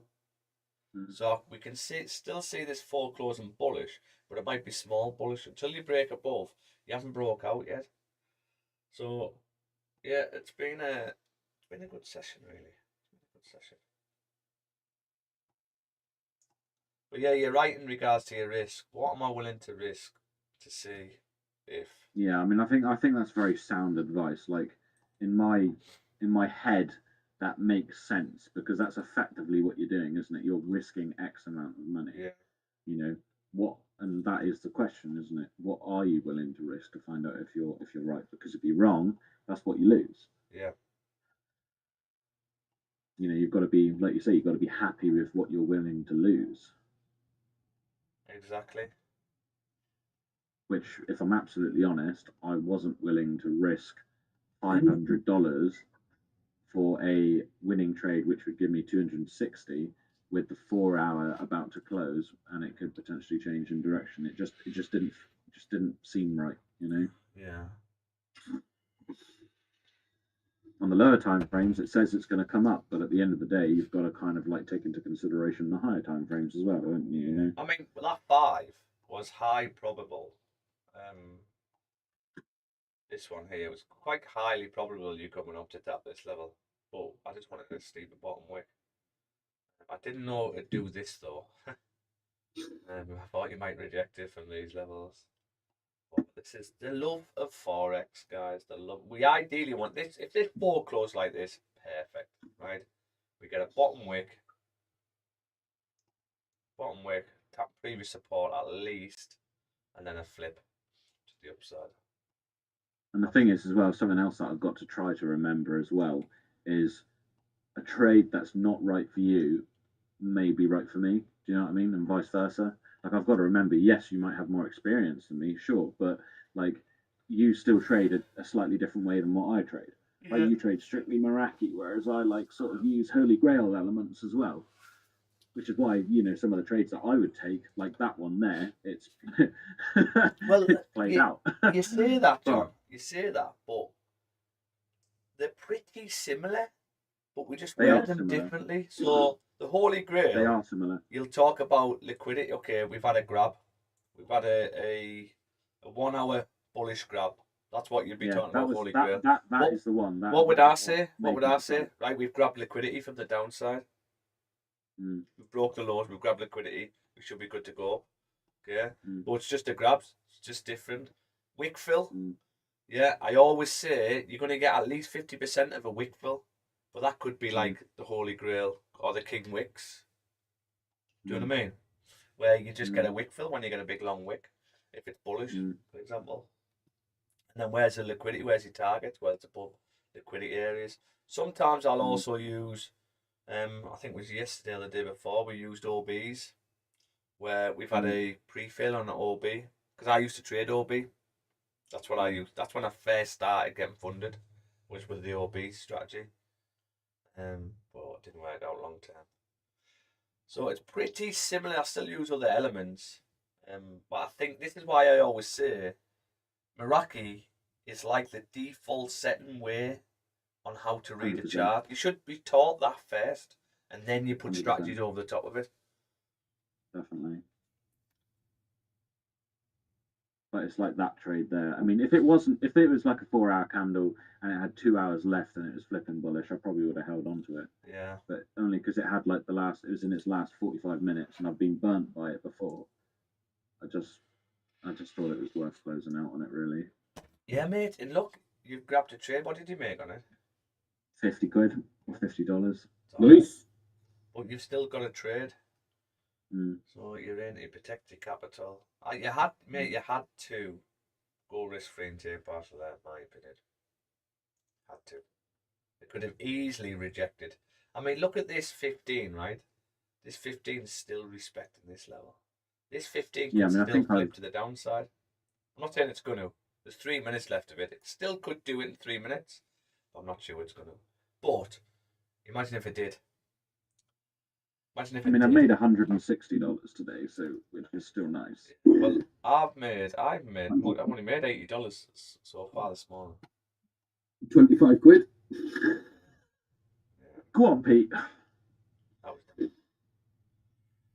so it's just a case of it all builds up. Where you at the end of the month? I mean, look at our journal from September. We made $511. But look at the amount sizes. Look, $126, $53. We had an $18 profit one. These were two trades. These were two into one trade. We made $18. Yeah, but they all add up. They all add up. This was the one what fucked us over, the prop firm. It kept closing me. $84 there. And the highest we've had is $388. That was the highs we had last month. Last month was a fucking tough month. Yeah, and then look at our loss, 713. Massively outweighs the others. But we're still in profit at the end of the month, and that's the thing. Can we get... Imagine the confidence you're going to feel if every one of these months are in profit, even by $60. Yeah. Do you know what I mean? Imagine the full year worth of trading. You haven't cheated, you've been transparent, you've literally been true to yourself, and you are in profit every month. Imagine the confidence. I just need to. I think my thing is, I just like I said the other day, I just need to build my confidence and just try to keep that stable mindset and try and keep my emotions and shit in check. You know. Yeah, that's it. I think coming on these streams is going to help you. Now, every day. I think definitely. It's just chatting to people who you know are going through the same sort of stuff that you are as well. Little sort of you come on and see what they're seeing. You can see that we're marking up the charts the same way. The zones you're catching are correct with other people. Then it gives you that little confidence boost. So, as well, it's easier said than done, sort of keeping your emotions in check. But you know, if you feel like you're humming and hawing about what you're looking at, you're not 100% sure, either don't put the trade on or put low loss on. Yeah. Well, that's what happened. I said to Pete this morning, I put a trade on last night because I saw quite a nice trade, and I just had you in my head going, you know, lower your risk if you don't think it's worth a risk, or if you're not sure, or if you're doubtful, just put a low risk, and I did, and it played out, you know. So, and it made me feel that little bit better. Like I'm glad I got in on it with low risk than to have not got in on it at all. Do you know what I mean? Well, this is it. And in 2 months' time, 6 months' time, you could be putting the same trade on, but your risk's higher because you're more confident, and it plays out, and you've made an absolute killing on it. So it's just about doing that, working up to the consistency, isn't it? We're not just going to be consistent because we want to be. So it's all a head game. Like I say, you know the basics, you know what you're supposed to be looking for. So it's just that, isn't it? That's the thing. I think I've realised I know what I'm looking for. I've seen the trades that played out. I've placed enough and spotted enough trades that do play out. It's just my issue at the minute is my confidence and my anxiety with placing them, really, and just making sure I keep that level-headedness. Like, for example, earlier on, like sitting there and going, 4 hour hasn't closed yet. It could flip. We don't know what the direction is really. Maybe I should close out on this trade, and I did. Do you know what I mean? Even though the trade played out, which is kind of somewhat annoying, but it's the fact that I knew, I spotted it and it played out. You know what I mean? But I made the right decision by closing out on it, because even though it may very well have played out, there's still that risk there that it might not have because of the 4 hour. Do you know what I mean? If it was, let's say, if the 4 hour had 2 hours left, I wouldn't have closed it because there's still plenty of time in it. Do you know what I mean? But I've just, like I said to Peter earlier, I've been burnt by that before. I got burnt by it, like last week, I think it was, where I didn't get out of the trade because the 4 hours in its last like 45 minutes or so, and it just flipped. Yeah. Despite, in my opinion, it being a good trade and it was a nice qualifying trade, because the 4 hour hadn't closed correctly, it went against me, you know, so it's just not worth it. Yeah. This is why I like being online, because you're watching the candles. Same. It's why I kind of stopped placing Tokyo trades, really, doing Tokyo trading, and just placing trades and leaving them. I made an exception last night purely because I was really happy with the trade. It looked clean, it looked nice. There were grabs, you know, things were bullish, daily close bullish. Like it just looks nice. Like so, I placed it and I was happy with it. But elsewise, I've just stopped placing Tokyo trades and doing Tokyo trading because it's just too much. It's hard enough. Mate, you're too busy for it. You're running a business and you're trying to learn this. It's like to be up at 2 o'clock in the morning for Tokyo and then get up at 7:30 to do this and then go there's trades in London, mate. Isn't it? There's trades in London. Less, but there is trades in London. So you just gotta, like I said this the other day, you just gotta think, okay, I need Forex to fit into my life. When's the perfect time for me to trade? And then I've just got to keep getting on for them. And if there's a trade, there's a trade. If there isn't, I'll just come back the next day. Remember, you only need one trade a week. You only need one trade a week. I mean, I've took 2 trades this month, yeah? And we're up $471. You could stop trading for the month if you wanted to. An extra $400 odd a month. Do you know what I mean? People think you've got to trade every day because they think they're not learning anything unless they're in a trade. And it's completely the opposite. So yeah, I think you decide where you're going to fit Forex into your life and then just make it work. I think it's the only nuisances really with the trading firm that I'm on at the moment is if their minimum withdrawal is 1,000, I've got to kind of make 1,000 a month really to make any money from it. Do you know what I mean? Isn't that a good thing? I don't know.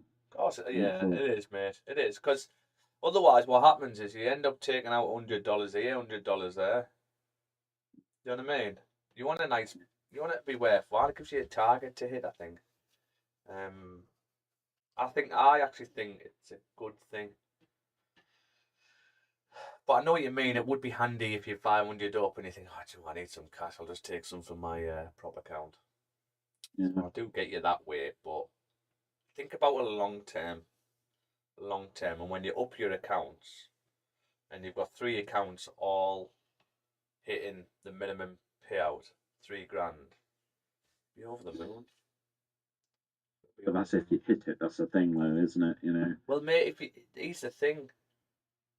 You should be hitting it because if you're consistently profitable, even if you're 1-2%, eventually you're going to hit that $1,000. Yeah. Do you know what I mean? Mm. So this account, it's hard for me to say because I don't trade the same account every day. So this account now is up $219, and I've traded. What are your minimum withdrawals on your prop firms? It's the same 2% on that one. Ah, right. Yeah, 2%. But then why do you like swap out your different accounts then if it's? I'll tell you why. Because there was a day, and it was on stream as well. I used to trade copy, so I had like four accounts all linked up to a trade copier, even my live account, and I took a big loss on stream. And it was the one, Dan, you'll remember it. You remember the one where it just literally, we entered for a sell and price just shot up. There was no news. And we went full TP. And you can hear Dan on the video going, whoa, what's going on? And it just went, did not pull back, mate. Smashed our stop loss.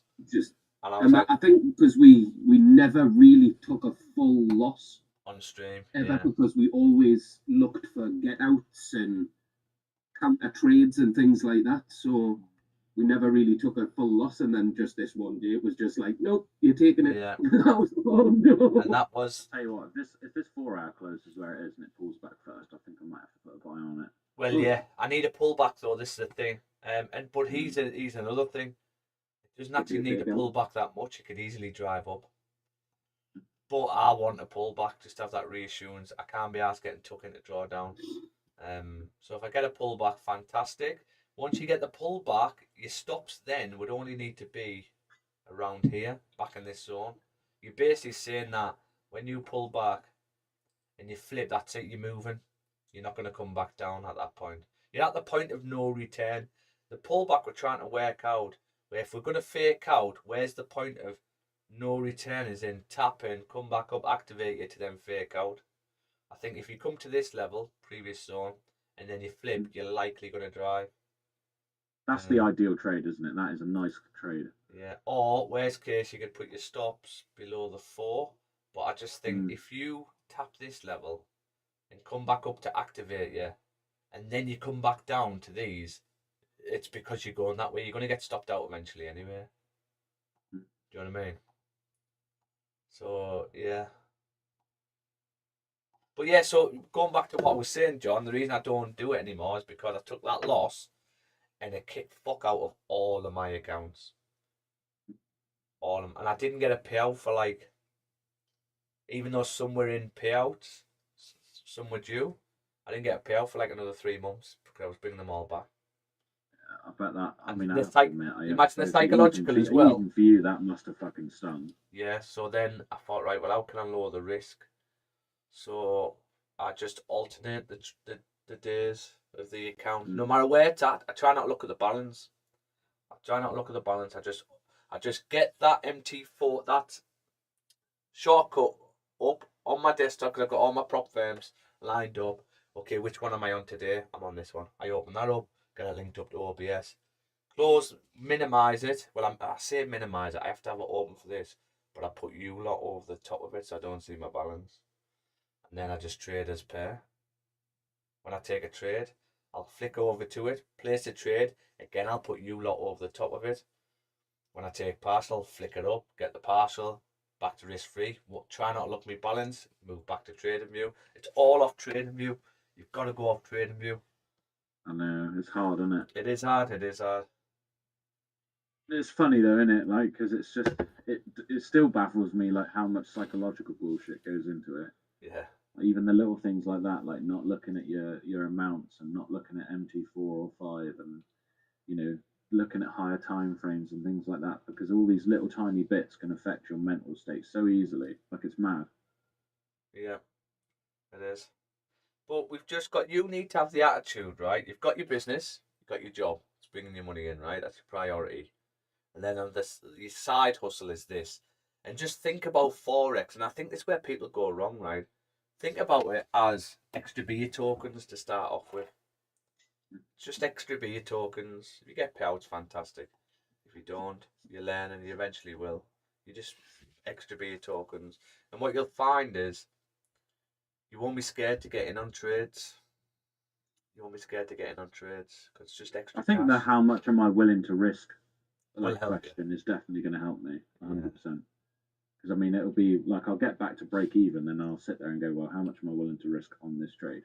You know, and if I'm not willing to risk 500 and then it doesn't play out, then I'm not going to be that bothered. Do you know what I mean? Yeah. Like, it's the 500 trades, the 1% trades are the high probability ones, you know.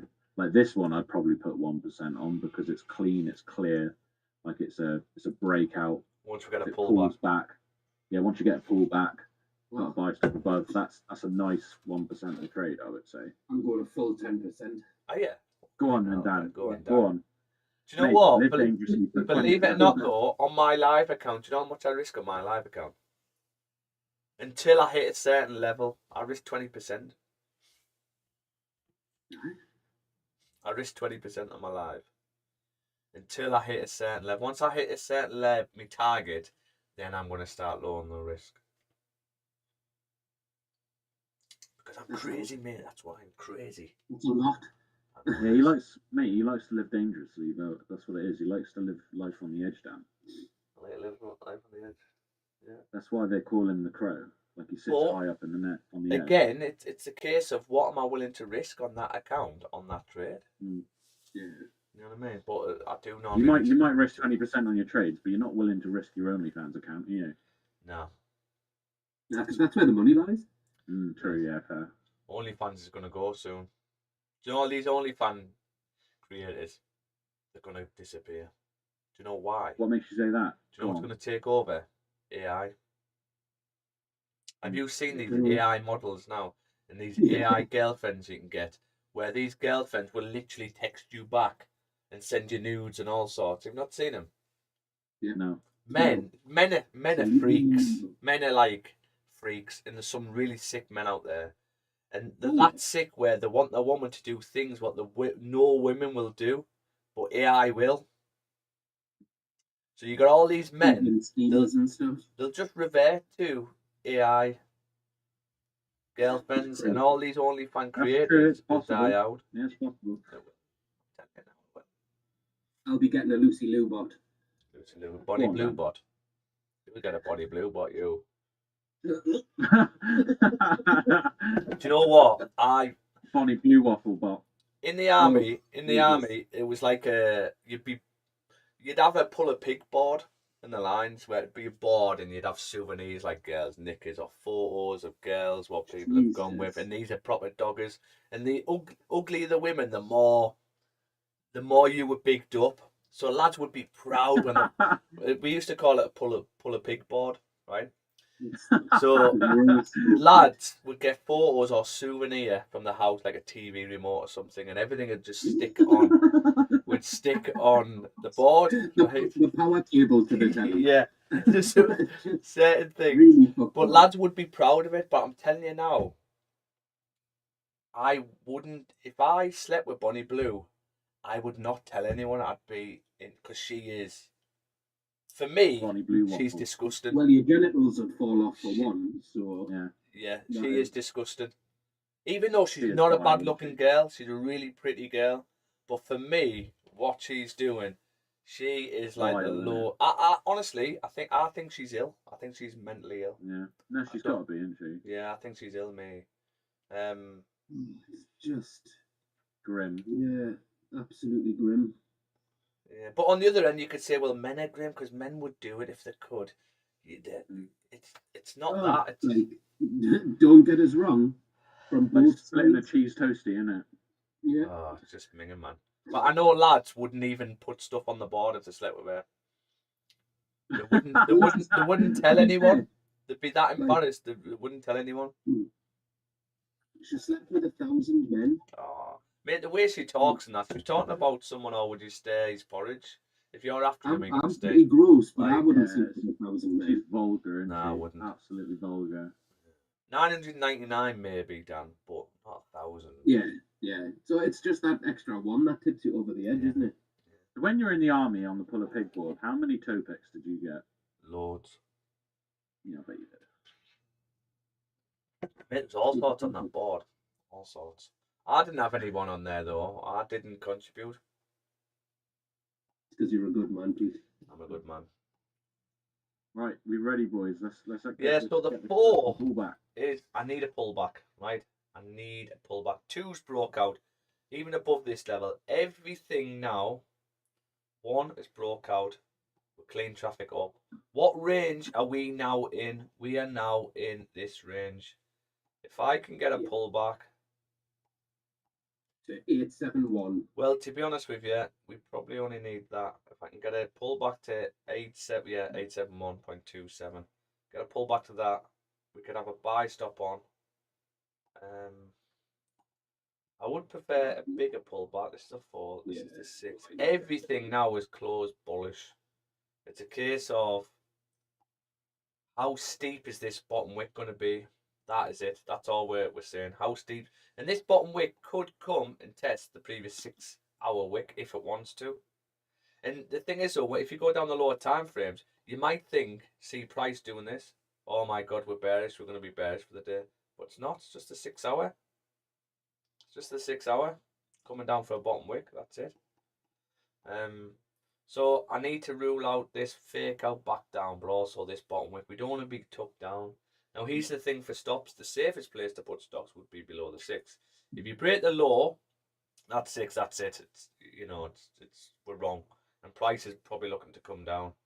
But I think if you pull back down to a pullback area, I've got that off the 3, but the next zone's this, so I would prefer this. But if you do come and tap this level, I think I would have my stops maybe here. Because if we close back below here, then might be faking out to come all the way down. You either have stops there, or you have stops below the 4 and the 6. It's completely up to yourself. I think I'll be happy with stops around 3.8, 6.8. It's not coming back down. Fucking hell, I know. It's just gonna go. Yeah. Yeah, but it might not though. Like, it's bearing in mind it's only like a couple of minutes in, isn't it? Like, Yeah. There's still enough time. You don't want to break the highs ideally. You want to come up, not break the highs, and then flip back down. But at that point, where are you putting your entry? Oh, I'd still put my entry at the top of the body, I reckon. See, I wouldn't. Why? It'd be above the high for me. Because when a candle makes a steep top wick, let's say this flips back down and the top wick's there, right? If you're going to come back up to this candle, to this area, you're not going to come just tap and then come back. You're coming to extend the wick. So you're likely going to get a nice big pump. But you can easily flip back to being bullish and then come back down again. And that's why I don't like to do it, because you're less likely to create that top wick. So yeah. I don't like it when it does this first. Ideally, what we want is we want the candle to open up, pull back, Big pushback. and then you get a buy stop on. And then, because at that point, you're like, well, even if you are just coming up for a top wick, at least you're risk-free. You can go risk-free at that point. If you come back down, obviously you'd be stopped at break even. But so yeah, I need a pullback. I can't do anything. Let's get a pullback. But we could easily drive now, guys. Easily. You're very clean traffic. This is all clean. This. Clean, clean, clean. Peter, don't say that. It probably will fucking drive, wouldn't it? Mm-hmm. Yeah, probably. Because we've openly said what we wanted to do. It's like, nah. Nah, mate. No. Nah. Yeah. Nah. You're not making money off this. What I might do, maybe, I'm thinking about it, is with the 15, it's broken the previous low now, and if it closes engulfing and pulls back, well, I might even just put a buy on it anyway. Potentially. Maybe. Yeah. But if the 15 just shoots off, I might just leave it, to be fair. Well, here's the thing. If you're worried about you're getting FOMO now, that's what you're going through, FOMO. Yeah. You're scared of missing the move. But imagine if you got in now thinking, oh my God, this is the move, I'm just going to get in. And then this flips for a bottom wick. How pissed off are you going to be? You're going to be so pissed off. You're going to be more pissed off if you then come down and hit stops than if you wait and price just carries on up to your TP. And you're like, fuck, I can't get in. The first one's going to piss you off more, isn't it? Yeah. So that's what you've got to say. But this is where what else comes with this? What are we trying to instill now by waiting? What are we trying to instill now? Starts with a D. Dick. Dick. We both went the same We're place. trying to instill dick. No, we're trying to instill discipline. That's the word. That was Yeah, discipline. oh yeah, that was the word. Not Yeah, dick. yeah. Discipline. Yeah, my bad, yeah. What we try to instill, that's going to be a reel that tomorrow. What we try to instill now, dick. No, discipline. So we're trying to instill discipline as well. We need discipline to wait. This is trying to suck us in. This is trying to tease us to get in so it can come down and pick some more orders. Right, so just don't let the little gremlins, the other side of the computer, do it. If we don't get in, we don't get in, not a problem. We haven't given them a chance to make our money. They want our money, right? They want us to, I mean, they don't even know we exist, but, because we're so small for this. But you've got to act like they're constantly trying to get our money. They want us to get in. And by us not getting in, we actually win for the day. Believe it or not. Even though we haven't made any money, we've still won. Because they're trying to make us get in. So just stay on your demo account. They will never get my money. Yeah. Yeah. I like it. I like it. Right, we're coming. Let's go. That's it. Hmm.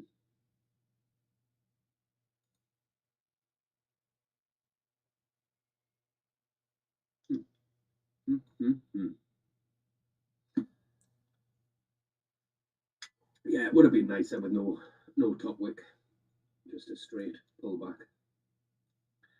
But why make it easy? Exactly. Exactly, Dan.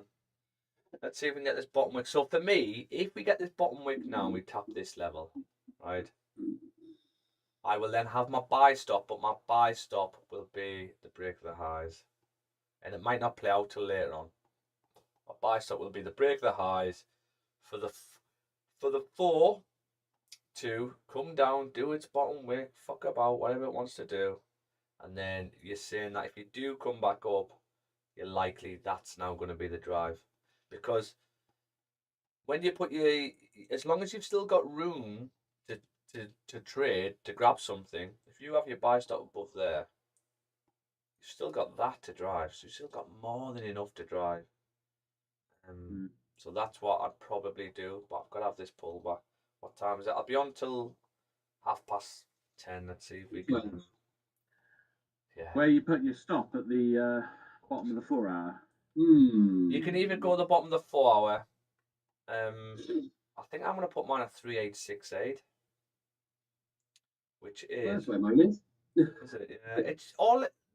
I've only got this because if we come down to this and then flip, I can't really see it coming up, tapping, and then coming back down. I think that's going to be the drive up because we've only got this to go off, and that's what we've done in the past. But if we come down, come back up, and if you come back to this level, that's because we're wrong, I would say, and you're going to close fake out to start coming back down. That's what I would probably say. You probably need to come and tap these levels, which you're going to break the low anyway. We were saying this earlier. We feel like there's no liquidity in order to drive up. This we could easily get a fake out here easily, because remember what we were saying earlier, Dan. Yeah. You mentioned it. It's like it needs to come down in order to come up. So maybe is this just let's fake out in order to come down to then come back up in New York session? Yeah. Which might sound daft, but that's what price does. So we could easily get a fake out. Now, if we get a fake out, what are we thinking then? Then we're coming down to around about 855. 855, yeah. Yeah, that's and what I then would. we're going to shoot up. Yeah. Break the lows, maybe. We might want to break the lows. That's the downside of it. Because I've got wing backs there, but we might need to break this low. But I would imagine you come back down in order to come back up, if that's what you're going to do. But yeah, we just need this pullback. I think the 15's closed bearish now. That's a good sign. Be on till past, guys. We'll see. But we have got. Let me put this on the notes. I know we haven't even got it on here. So my stops, I think it would be, John, to answer your question. A long answer to a short question.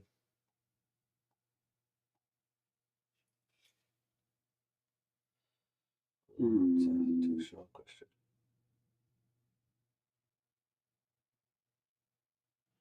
Two seconds. Got a phone call. I'm not ringing you though. It's one of his girlfriends. Yep. Hi, Susan. Oh, sorry, Tracy. That's it, Tracy. What day is it? Oh yeah. What day is it? It's Thursday. Hi, which one are you? The women's football tonight. First training session tonight, Dan. For the women. What should I do? What type of drills should I do? First session. The new girls. So we need to see what their standard is. So I'm thinking maybe just a quick rondos, just to see what they're like on the ball, their communication, and also their concentration. See where they're at, and then go into sort of game-based drill where I can see them, see their movement, see their positioning. Outfit of it, not like looks wise. They don't need fitness. They're pretty fit. Pretty fit. And on Monday nights they do their own fitness. So I do Thursday nights 8 till 10, and then they have games on Wednesdays. But this is the start of the season, so this is the first session. So I only get them basically 2 sessions, 2 hours.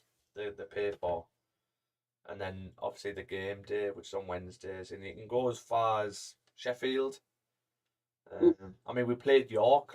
We got drawn York in the cup last season, but luckily it was at home, so they came to us. So you can literally go all over the country. Yeah, decent bit of travelling. Yeah, I mean, I get it all paid for, which is nice. Do a crossbar challenge. Crossbar challenge. Accuracy. I want accuracy this week. No, they're a good team, though, aren't they? It's what's difficult because it's uni, so it's like it's can be a high standard. So the team I had last year was quite high standard, really. It was is it the same team or is it a new team? Well, it's a mix. So the girls who were in their 4th year at uni, they've now gone. They've left, and then new girls come in. But I would probably say half of the team has left from last year. So it's like, I went to watch them the other day. They had a taster session, so people who were interested in it. But at the taster session, you've got girls who can't even kick a ball. They're just there to see if it's for them. So, but there is one lass who's I think she's like plays for Exeter. So it really just depends. Yeah. But what you don't want some girls with a standard low, and then some girls with a standard really high. So you don't want that gap too big, because when you're doing intense drills, and sort of high standard drills, them girls at the low, they stop the momentum of the drill. Well, I was going to say they can't keep up with it. Yeah, and then the other girls get frustrated. They're not gaining anything at that point. But if you do the drills too low standard, then the girls who are high standard they're not gaining anything. They get bored, and it's too easy a waste for them. of their time. So it's getting the balance right, really. Oof, yeah, I couldn't do that. Yeah. That'd just be like, here's a roll run and 2 laps. Here's 20 push-ups. I know you've come to play football, but let's have 25 laps. Yeah. And then we'll have a match at the end. I'm just going to sit here and smoke tabs. Yeah. We're not really driving down as such. We're not having this pullback, are we? Nope. 15. How is this 15 going to close?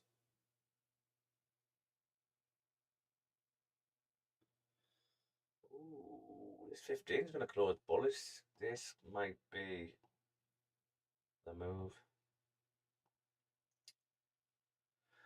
I mean, we could look at a 5 swoop. If the 5 pulls back here, you've got a 5 and no top wick. You're probably gonna have to come. Oh, no top wick on this 5. See if this 5 can pull back for us. We might get in off this 5.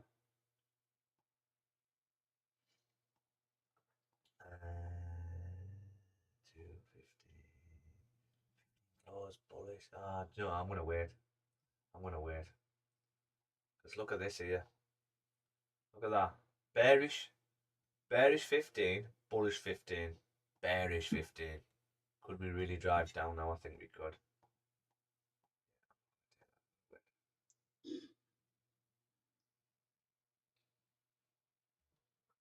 Not for me. I mean, if this 15 can break the laws, we could have a buy stop off the 15.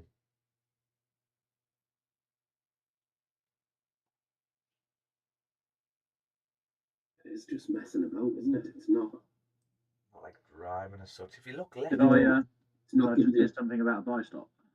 Anything. If the 15 breaks this law, we'll have a buy stop off this 15. But yeah, we haven't come down there. Well, this is what's hard, Dan, is because the only 2 times we've came into this area is here, where we drove straight through, right? Or probably this one. And this one rejected here at first, which probably does. So we rejected there. And then the secondary rejection is here. It's here, which is pretty much done as well. We're like in the middle. So it's difficult to work out what it's going to do. But I think I've just got to stick to my guns here. Yeah, we were close to getting in on the 5, John. So the 5 closed bullish. I said if we get a bottom wick, buy stop above the 5, you've got an advantage point of no top wick on that 5. However, when I flick to the 15 had closed bullish, right? Which you're thinking, okay, that's fine. But if you look left, look at this area, bullish, bullish. You had a bearish 15 close. There's the bearish 15 close. Then you get a bullish 15 close. And you get a bullish 15 close. And look what the next 15 does. So I just didn't want to get caught in that. So I think I'm just going to wait. If it goes without me, it goes without me. But I'm still waiting for this pullback, guys. Fortunately.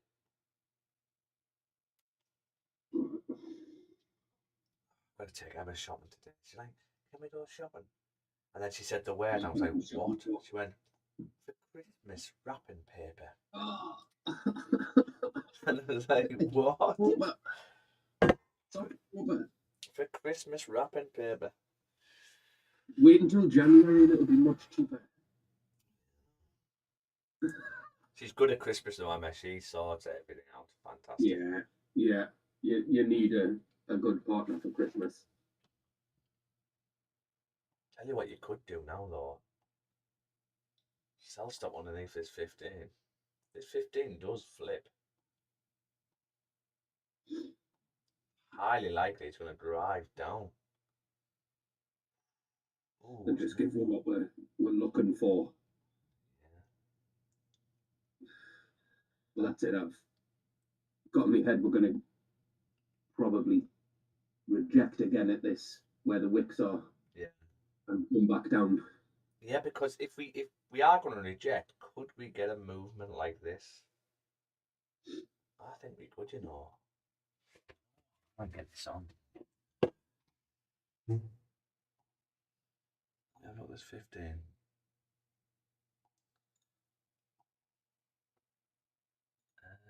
Even though we're looking at buys, the advantage point would just be breaking the law. You go risk free. Stops would just be the high. Yeah. You've got 10 minutes left. It means the new 2 5-minute candles would have to drive down. So you'd need, let's say this 5 close like this. Next 5 would have to do that. The following 5 would have to do that. Well, that's it. The previous 5's no top wick. Yeah. So the potential's there for it. Ooh. Yeah, you're basically saying that you need a steeper bottom wick. You broke out on everything to the upside, and this is the thing, it's counter trend. So what's the probabilities? Yeah. If you do flip now, though, on the lower time frame, the probability of driving down to these levels are really, really high.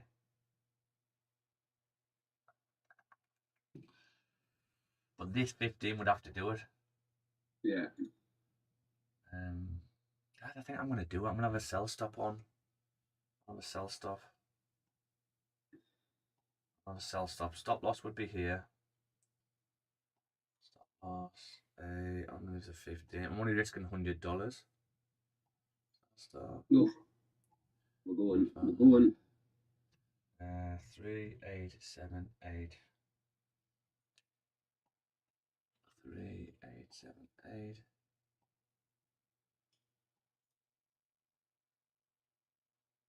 $83 risk I've got on it. So I've got a sell stop on this, guys. How come you're putting a sell stop on? It's just if this 15, I'm just not convinced that this is a 4 drive. I think we're going to have a steeper bottom wick. And if this 15 does flip now, we could end up with something like this. Straight back down to tap the previous zone. What, sell stop at the bottom of this 15? Of this 15. If this 15 does, this 15 has to flip though. I'm only risking $100. I'm happy with the risk. If this 15 does flip, it's highly likely it's probably needs to break this low, and it probably needs to retest the zone of the 4. So that's what I've got going on. Oh, we're gonna get activated here. Oh, have we called this right, Dan? Have we called this right? That is the question. 8 minutes left. Look at that 5. Oh my god. That's 5 closes like this. Fantastic. Fantastic goal. Don't think I can get this on. Yeah, I'm in. Being activated. We have got cells on this. I couldn't get this on the trade IDs again. Swoop entry. $100 risk. That's it. Yeah. I mean, he could have a target down in these levels, because we know there's a potential we could come back down to there. We've got potential win back buys. Once we break this low, I'll probably go risk free, but I would imagine you're probably going to come down to. Where are we going to come down to? On the 15. All on this 15. This 15 has to close bearish. Right, this 15 can easily flip back up to the upside and stop us out, right?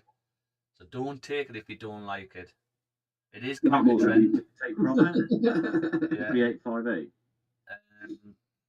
I'm just working out now. I'm working out where I think we're gonna have to come down to this level. I would say my take partial is here at 3871, which is our pullback area basically. Yeah. You know what I mean? 3871 I've got. My full TP, I'll probably have a full TP around 3864.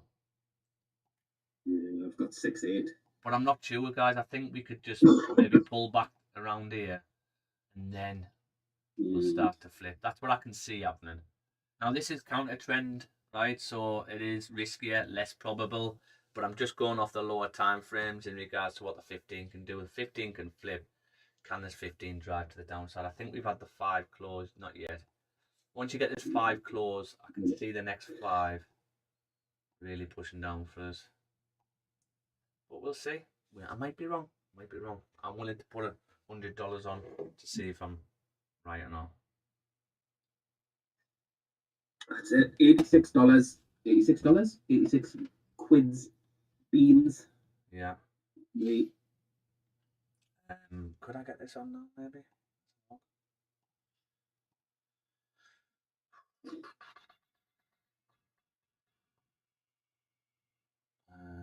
idea. Copy. Paste. Come on, 15. Turn yourself around. Turn yourself around. Turn around. That song's going to be in my head now.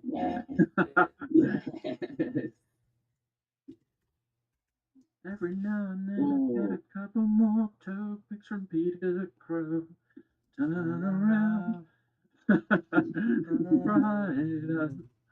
Every now and then I fall apart, and I need you now tonight. I fucking need you now than ever. 3874 entry. 3874. 3874.10. 10 for sell stop. Stop loss will be 3878.85. TP1 will be 3871 flat. TP2 will be 3864 flat. Sell stop. Okay. So for the trade IDs, I've just put a sell stop underneath this 5.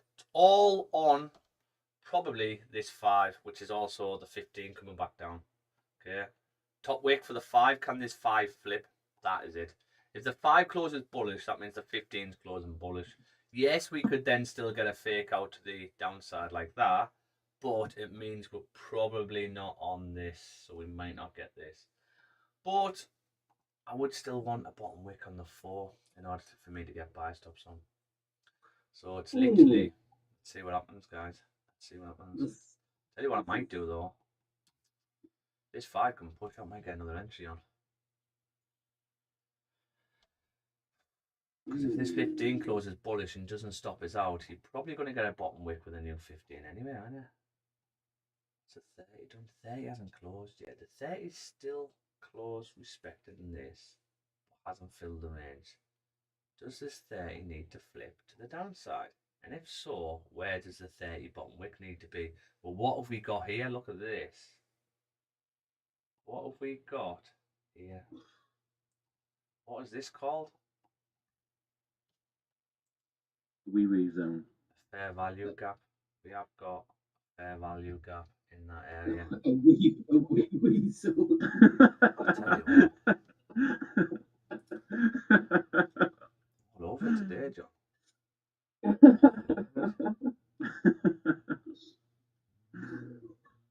The thing is, if we close bullish on this 15, what could happen? We could come up, break the highs, and then close bearish. So we really don't want this. We want this 5 to flip to the downside. I fucking need you now, tonight. I'm going to download some tunes on the Discord. Yeah, I do love these little meetings in the morning, like these little trading sessions.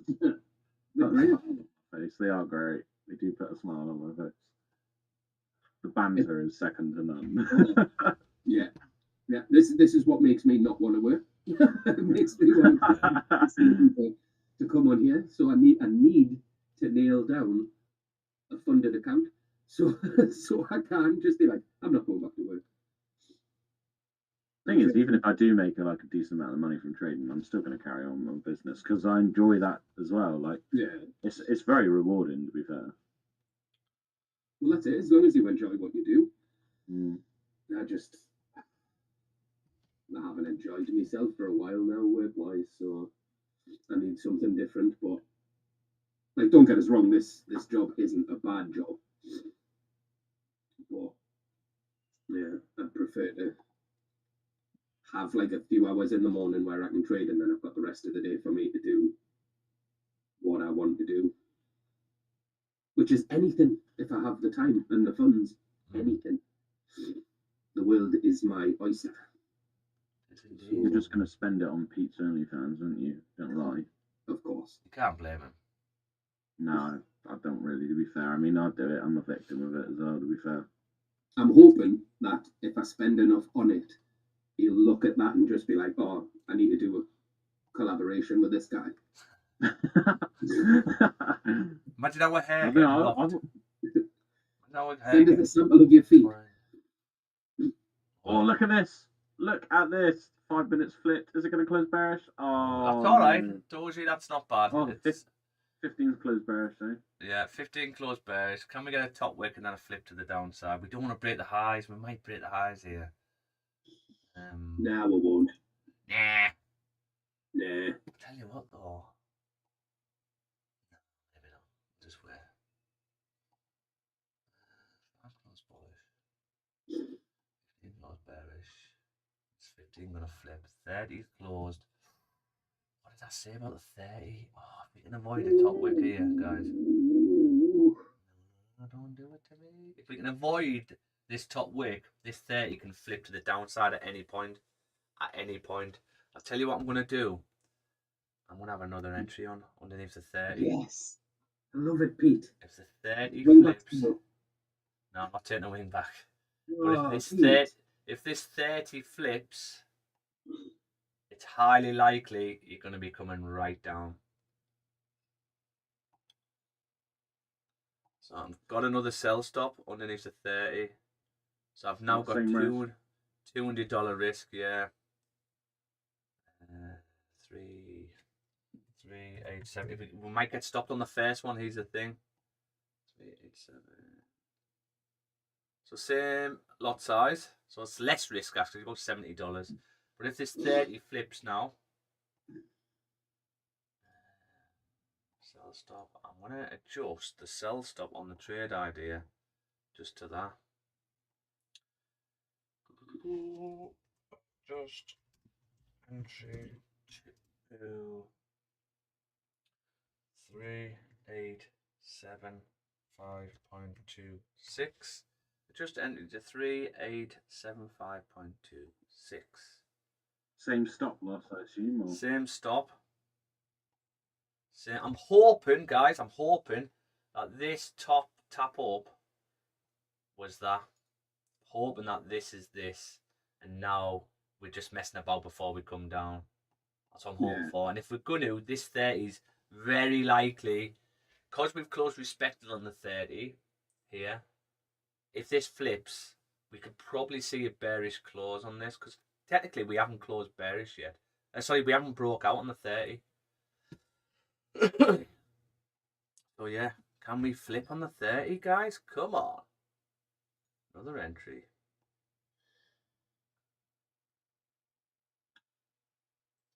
Another fucking entry. Oop. I did say I was going at 10:30. Not anymore. Yeah, what it is, I don't like to leave trades on when I took them on stream. Because when I manage them, obviously, if they're not members and they've took it on stream, then they can't see me adjusting it. Yeah. I don't like. Are we going to flip and drive? Just on this 30, guys, we're either going to get stopped on this 30. This 30 is either going to be the one what comes up and stops us, or we're going to flip and we're going to be right.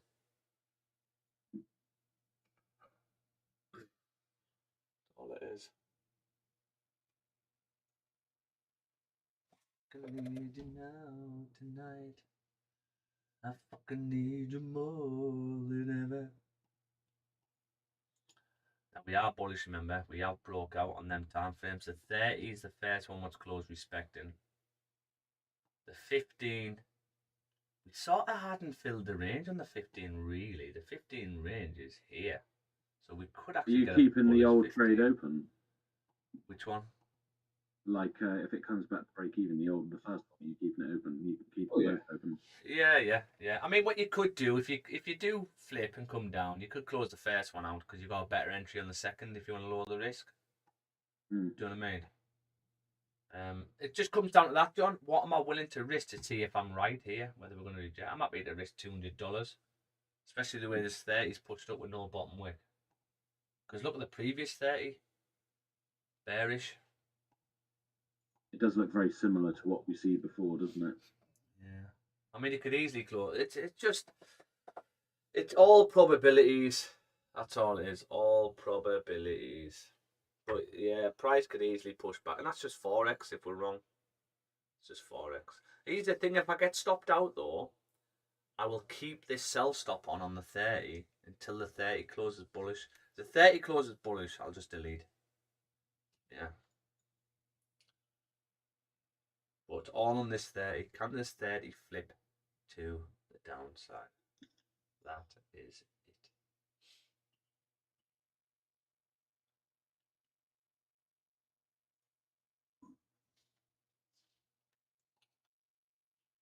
Oh, we might get.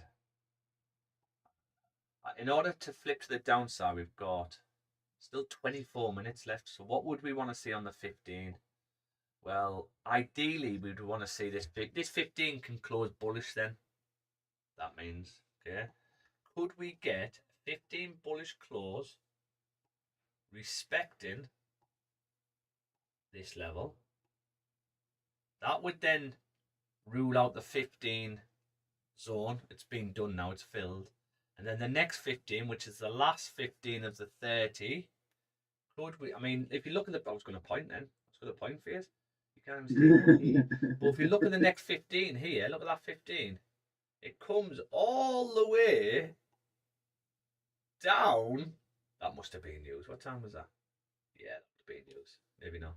Okay. But still, the 15, I reckon we could still pull down and close bearish back below these levels with a new 15. So that would make sense. But in order to get that, we're getting close to stops. How steep's this top wick going to be? And does this need a steeper top wick? And if we can avoid the top wick getting stopped, could we then get a fake out on the new 15, which in turn is the 30 coming up and then flipping bearish to the downside?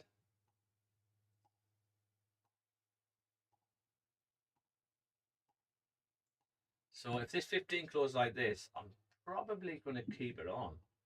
But another downside, I love a good downside, is you could then easily 15 bottom wick and then flip to the upside. So this is where, do you keep the sell stop on or do you wait for a 15-minute close below and then take that instead?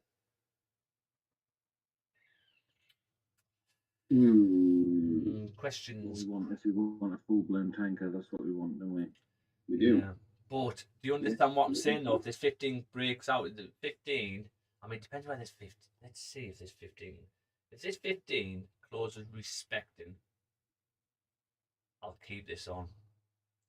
If the 15 closes above and I pull back, I'm looking to get out. Okay. It's all on this 15. Yeah. All on this 15. Because if the 15 breaks out like that, it means the next 15 could pull back, create a bottom wick for this 15, and then still flip. Yeah. Do you know what I mean? So we don't want to get activated and then tuck up. Ideally, what we either need this 15 to flip to the downside, still got 2 candles left of it, 2 5-minute candles, or we need this 15 to close respecting, and then the next 15 just comes down after the top wick. But either way, we're not really flying up, are we? No. So that still, to me, would say that we need to come down. Yeah, yeah. And it's just a case of, do we need to break a high in order to come down? Yeah. And if so, we're going to get stopped. That's the other thing, isn't it? Yeah, but hopefully we don't need to. And just coming up with these top wicks is enough in order to push back down. Push down, yeah. You see, we've got a few wicks up to this area, so, and it's getting lower each time. Yeah. So I'm hoping that this last push up is enough. Be enough. Be enough. Just be worthy.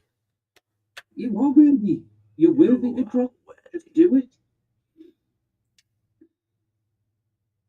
It needs to drop through the floor like Pete does on a Friday night. Yeah, I do. He drops it like it's hot. He does, mate. Honestly, if you've seen him, he does drop it. Like You'll see me dance, mate. Or you wouldn't know because you don't turn up to Christmas dues, would you? Who are you talking to there? Me or him? John. Yeah, but I've seen the videos. I've seen the pics. I've seen the things you've sent me. This 15's going to be interesting. I tell you what, though, for right here, guys, we could really drive down.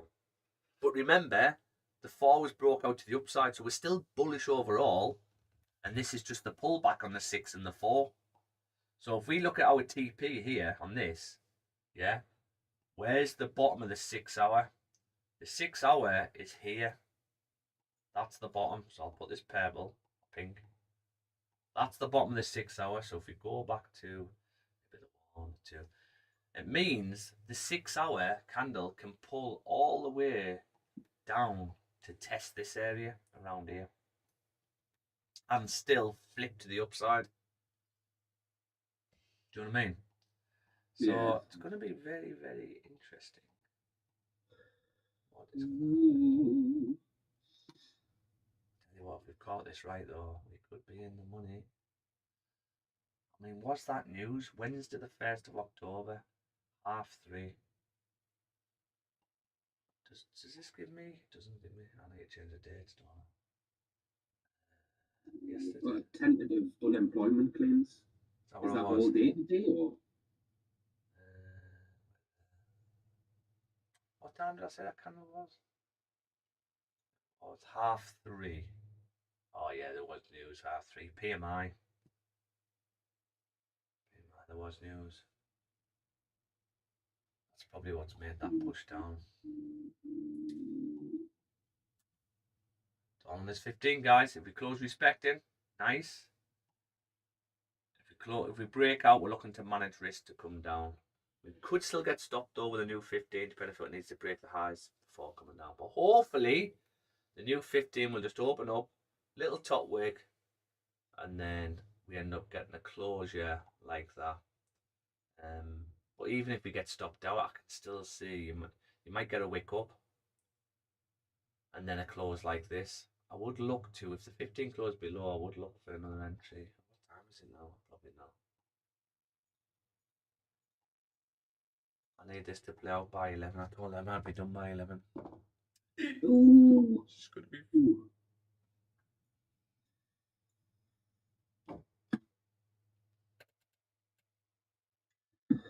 Come on, 3 minutes. Big drop. Blip, blip, blip.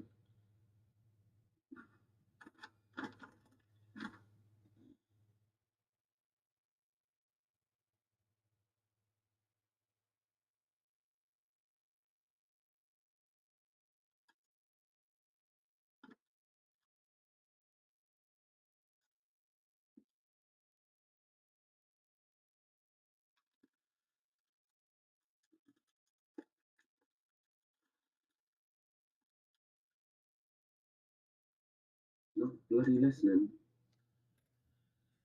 Yeah. 2 minutes. I don't think anything else.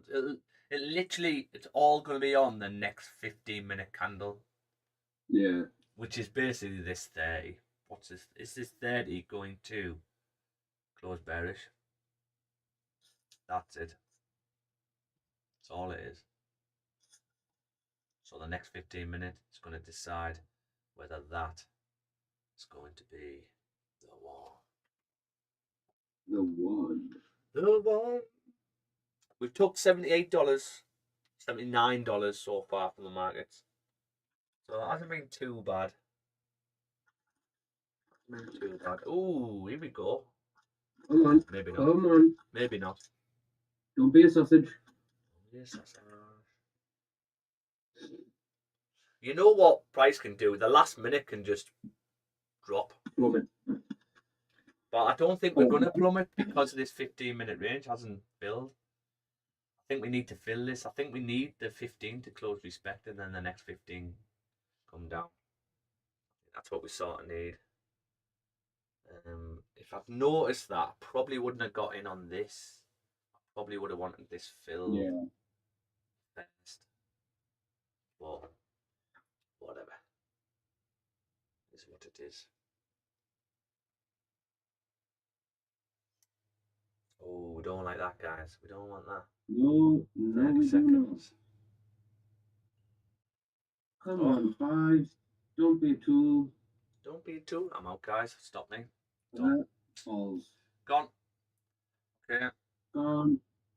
So break even day, looks like. I'm at a loss. I'm at a loss. I want to see where this 15 closes, or let's see where this 15 closes. We cancel this other one then, I think. It depends on this 15. If this 15 closes respecting, I'm keeping on. Yeah, cancel now. Not for me. Not for me.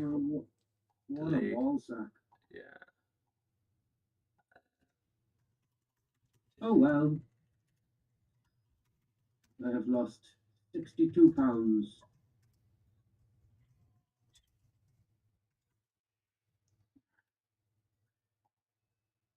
Okay, yeah. Oh well. Right.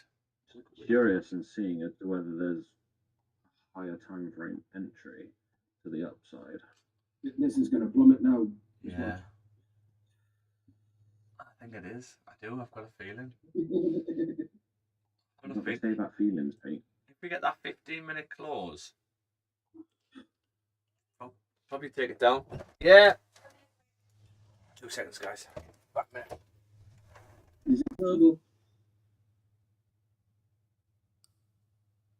Just all I see is breaks above. Well, saying that though, 30 hasn't broken above yet. I would be inclined to say if maybe if the 30 breaks above and pulls back first, I would be tempted for a buy.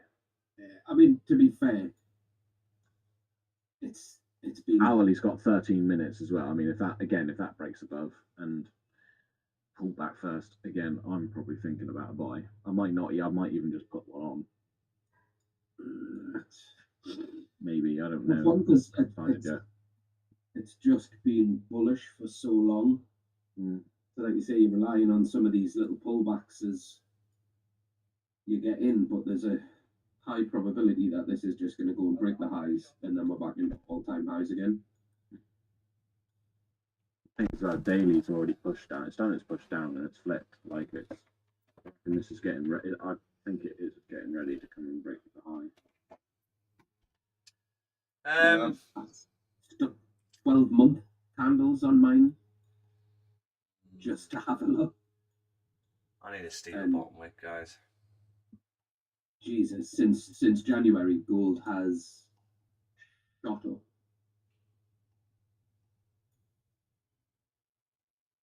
Bleh. Yeah. Right, I'm going to wait for an hourly close. Yeah. After this 30, you can still flip it here. But the 15's closed above.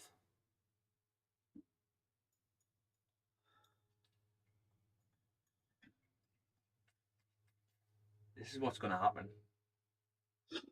You're going to get that next. You're going to get that next. You're going to get that next. Right. Break even for me today, really, guys. I have to put that down as a loss. So we've now had properties 3 loss 13.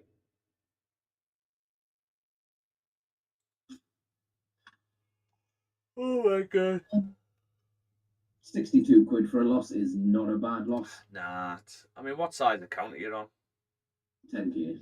So it's not bad. Not bad at all.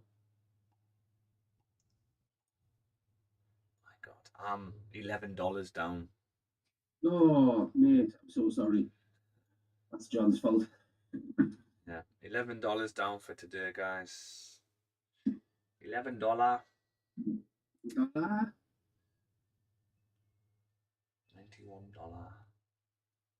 This 15 is gonna drop and it's gonna piss me off. Watch this 15 fake out now, I'm telling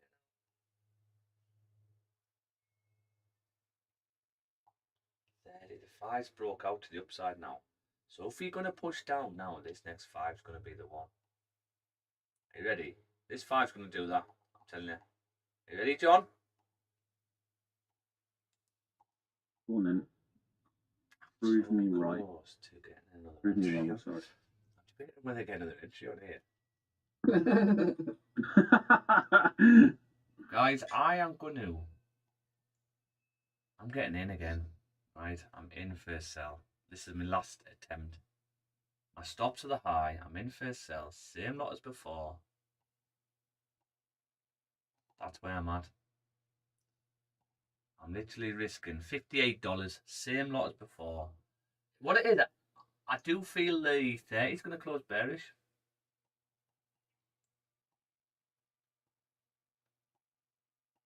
I don't know if he's managed to get in there. That was a bit quick for me. Yeah, I'm not in, but that's it. Look, what did I say about the 5? There's no top wick on it, don't mind. I could easily flip back to the upside. There's no top wick. But if you want to drive up, I think the 15's got to be taken, no bottom wick. And I can see a fake out in this 15, believe it or not. Look at that now. I'm up $22. I'm tempted to get in on the flip of the 30 now. God. I don't know, mate. I wouldn't do that because the 15's broke out to the upside. So this is what I'm saying. This 15 can easily come down, create a bottom wick, and then flip. Flip back up, yeah. Yeah, so it is. I could easily get stopped out here. Easily, right? If we are going to fake out, though, it was going to happen on that 5. That 5. To close bearish on the 5, you're going to need a bottom wick at least. Because it's pushed with no top wick, I don't know whether it's going to drive. We'll see.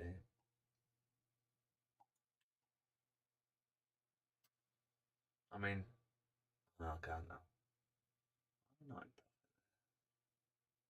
entered like that. It's just the 30, which is the 15. You basically need a 15 close back below. This is what I would do. If the 15 closed below here, I would get in again. Do you know what I mean? Yeah. Because that's the 30 then. How many 30s have you got? Oh, sorry, that's the 30 then, respecting this level again with 2 candles. But you'd need the 15 close below. So, yeah. That's what I want to see. Can we get a fake out in the 15? What time is it? Emma's just got the shower, so I'll probably stay to this till 11 o'clock and then be done. But I am in again. Low lock, guys. I'm $58 on this. So if I do, I'll put this in with the other trade because if this doesn't play out, the 15th broke out to the upside. So technically, the 15th should flip and drive up. Yeah. Well, let's see if we're gonna get a fake out. Ooh, as the 5. This is the 5 coming up for a top wick. Oh, look at that 5. Look at the 5 now. This is not a revenge trade, right? At all. Right. Okay. Right. This is, I'm thinking the 30 is going to fake out, or the 15 is going to fake out to the downside. But also the 15 needs that bottom wick tuck. So it's, I'm thinking this 15 could do it. I might be wrong. We will see. I'm thinking a hourly breakout to the upside. That's what I'm thinking. Yeah, see, I'd want another pullback. I'd need a pullback, me. If this hour closes like this, you've already broke out. Would this be the 2 hour? No, you haven't even had much of a pullback on the 2. See, stuff like it scares me when I don't get pullbacks. Because no doubt I get in and then you get the pullback. Remember, yeah, the 4 hasn't had much of a bottom wick. The 6 hasn't had much of a bottom wick. But then saying that, like Dan said, the gold has been just so disgustingly bullish. Yeah. You know, it's possible it could just go flying straight up. You're right. Straight up. Absolutely right.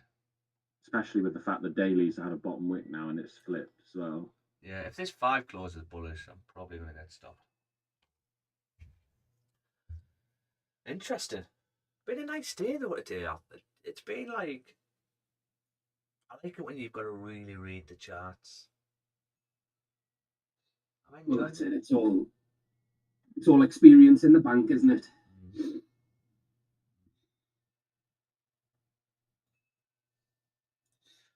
Five close bullish. What are you gonna do with a new 5? Ooh, oh, maybe this one's gonna stop me out. Fuck it, it's not even gonna wait. Ooh.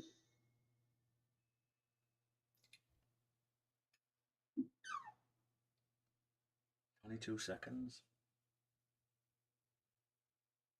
Some days you get this, so guys, where you get on the charts and you spend 4 hours on the charts and you end up taking 2 trades. 1 wins, 1 loses, and you just at break even. You've not done anything. Fortunately, that's just Forex.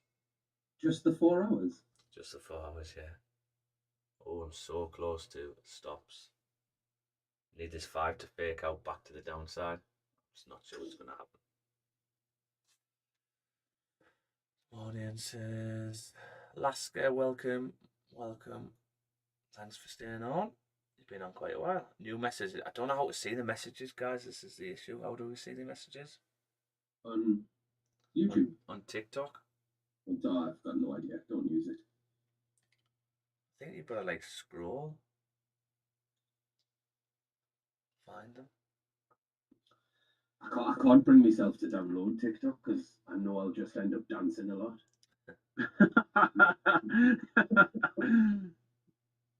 I just can't bring myself to do it. I don't know. I can't bloody find anything. No, guys, if you've asked a message, I do apologise.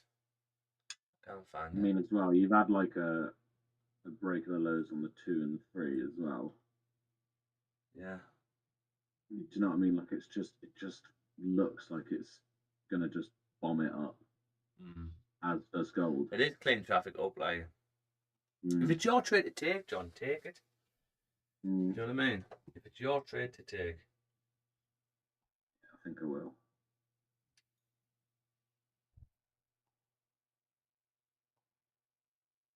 All I know at the moment, the 30 hasn't broke out. 30's got 3 minutes left. So it looks like it's going to break out. So then the 30's broke out, the 1's broke out, the 2's broke out. And we're going to pull back on the 30. If the 30 closes like this, and the next 30 pulls back, creates a bottom wick for this previous 30, then I would have a buy stop on. Above the high. That's what I'd probably do. Is this 5 going to stop me out yet or what? Come on, Eddie up. Eddie up, I've got to go. Just one more trade. One more. But can you see what I'm like? Because I'm happy with the risk. $58 for this one. Yeah. Do you know what I mean? You're comfortable with it. You don't mind taking a loss, but this would be 2 losses now. So I would be like, right, that's me done. That's me done for the day now. But then on the flip side, you're thinking, you're probably questioning, going, well, you're not going to make much money. Yeah, but imagine if we catch it sweetly. We know this can come all the way down. You can make some decent money. It just depends how price moves. 5. It has to hit a point where it's going to want to come down. We've had too much push up. I think we can reach $4,000, mate. Do I need to email somebody and say, sell your gold? Who do I email? Who's stockpiling? Is it Russia? Is it China? I hear you, Dan. Oh, BRICS nations, sell your gold. Just do it now. Oh, wait. Just do it now. Do it now.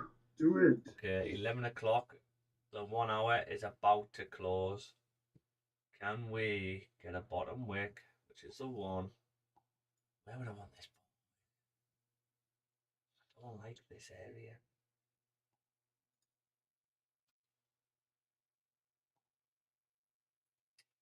I need a bottom wick T to get in on these.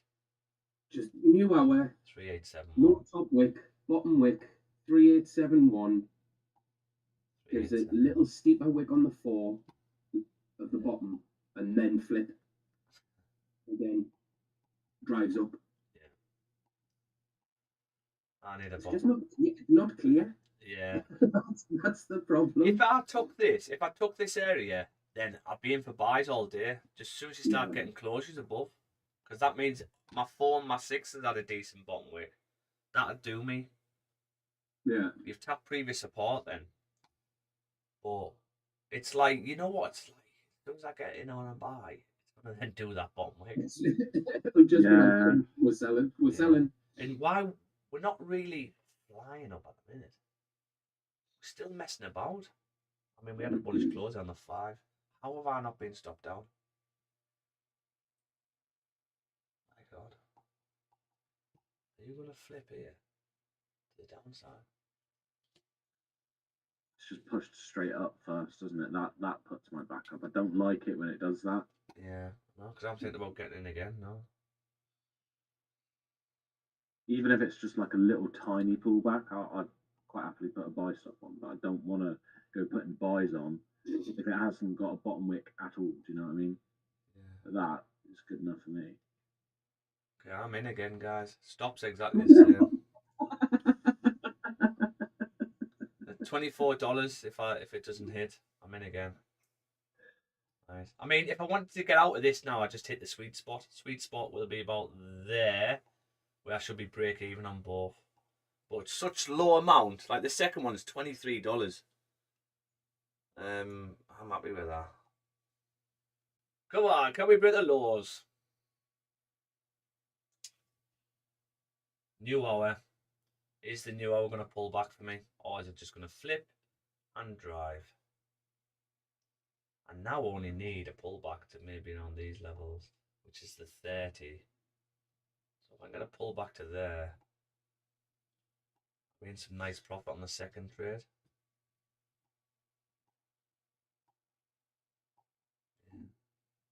Yeah, that's me done. I'm gonna do a set and forget here and just not bother looking at it. No worries, John. I think.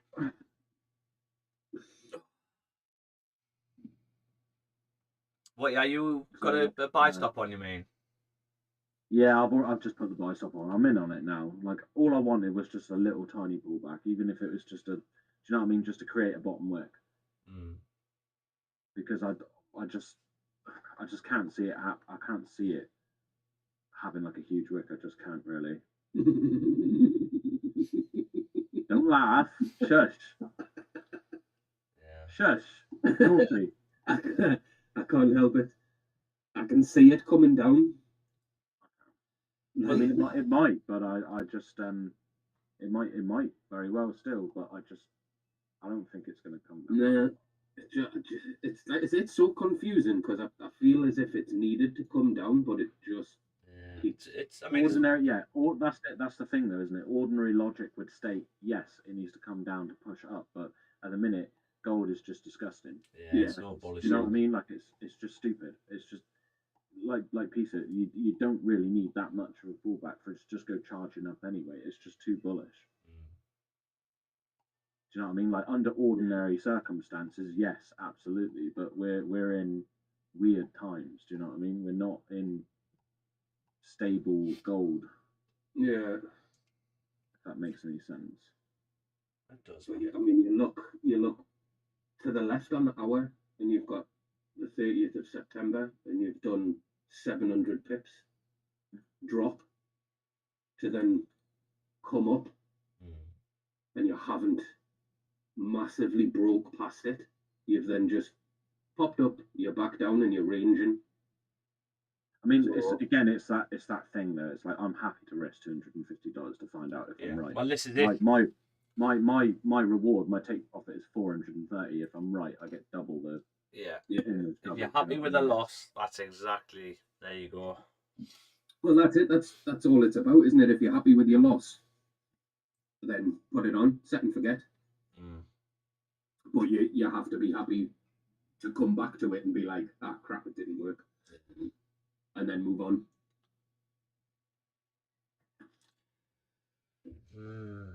Come on, either stop me out or head up and drop. Right, I'm going to stop looking at this. I'm going to jump off, go have a shower. Yeah, no worries, John. Because I don't want to, like I say, I don't want to look at it. I'd rather just take the loss or take the win. Do you know what I mean? Yeah. Well, I'm going to jump off as well. So, just quickly, what I'm looking at, guys, is taking partial. Well, once I come to this second trade, I'll probably close this one. I'll break even. Keep the second. I'll take partial move to break even. Around here. But at that point, take partial move to break even. If I get down to I need a pullback for these in order to get buy stops on the higher time frames. So I need a pullback to this level before I look for buys. So that's all I've got really. This is very, very low risk. At the moment, technically a break-even day. I'm down $11.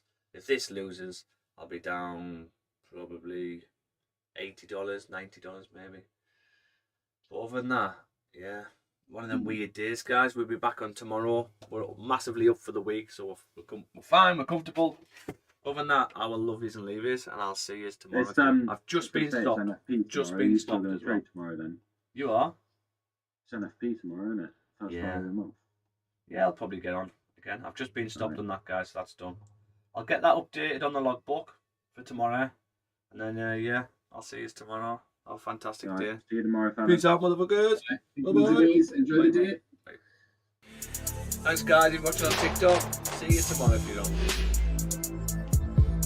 Have a good day, Pete. See you later, Dan.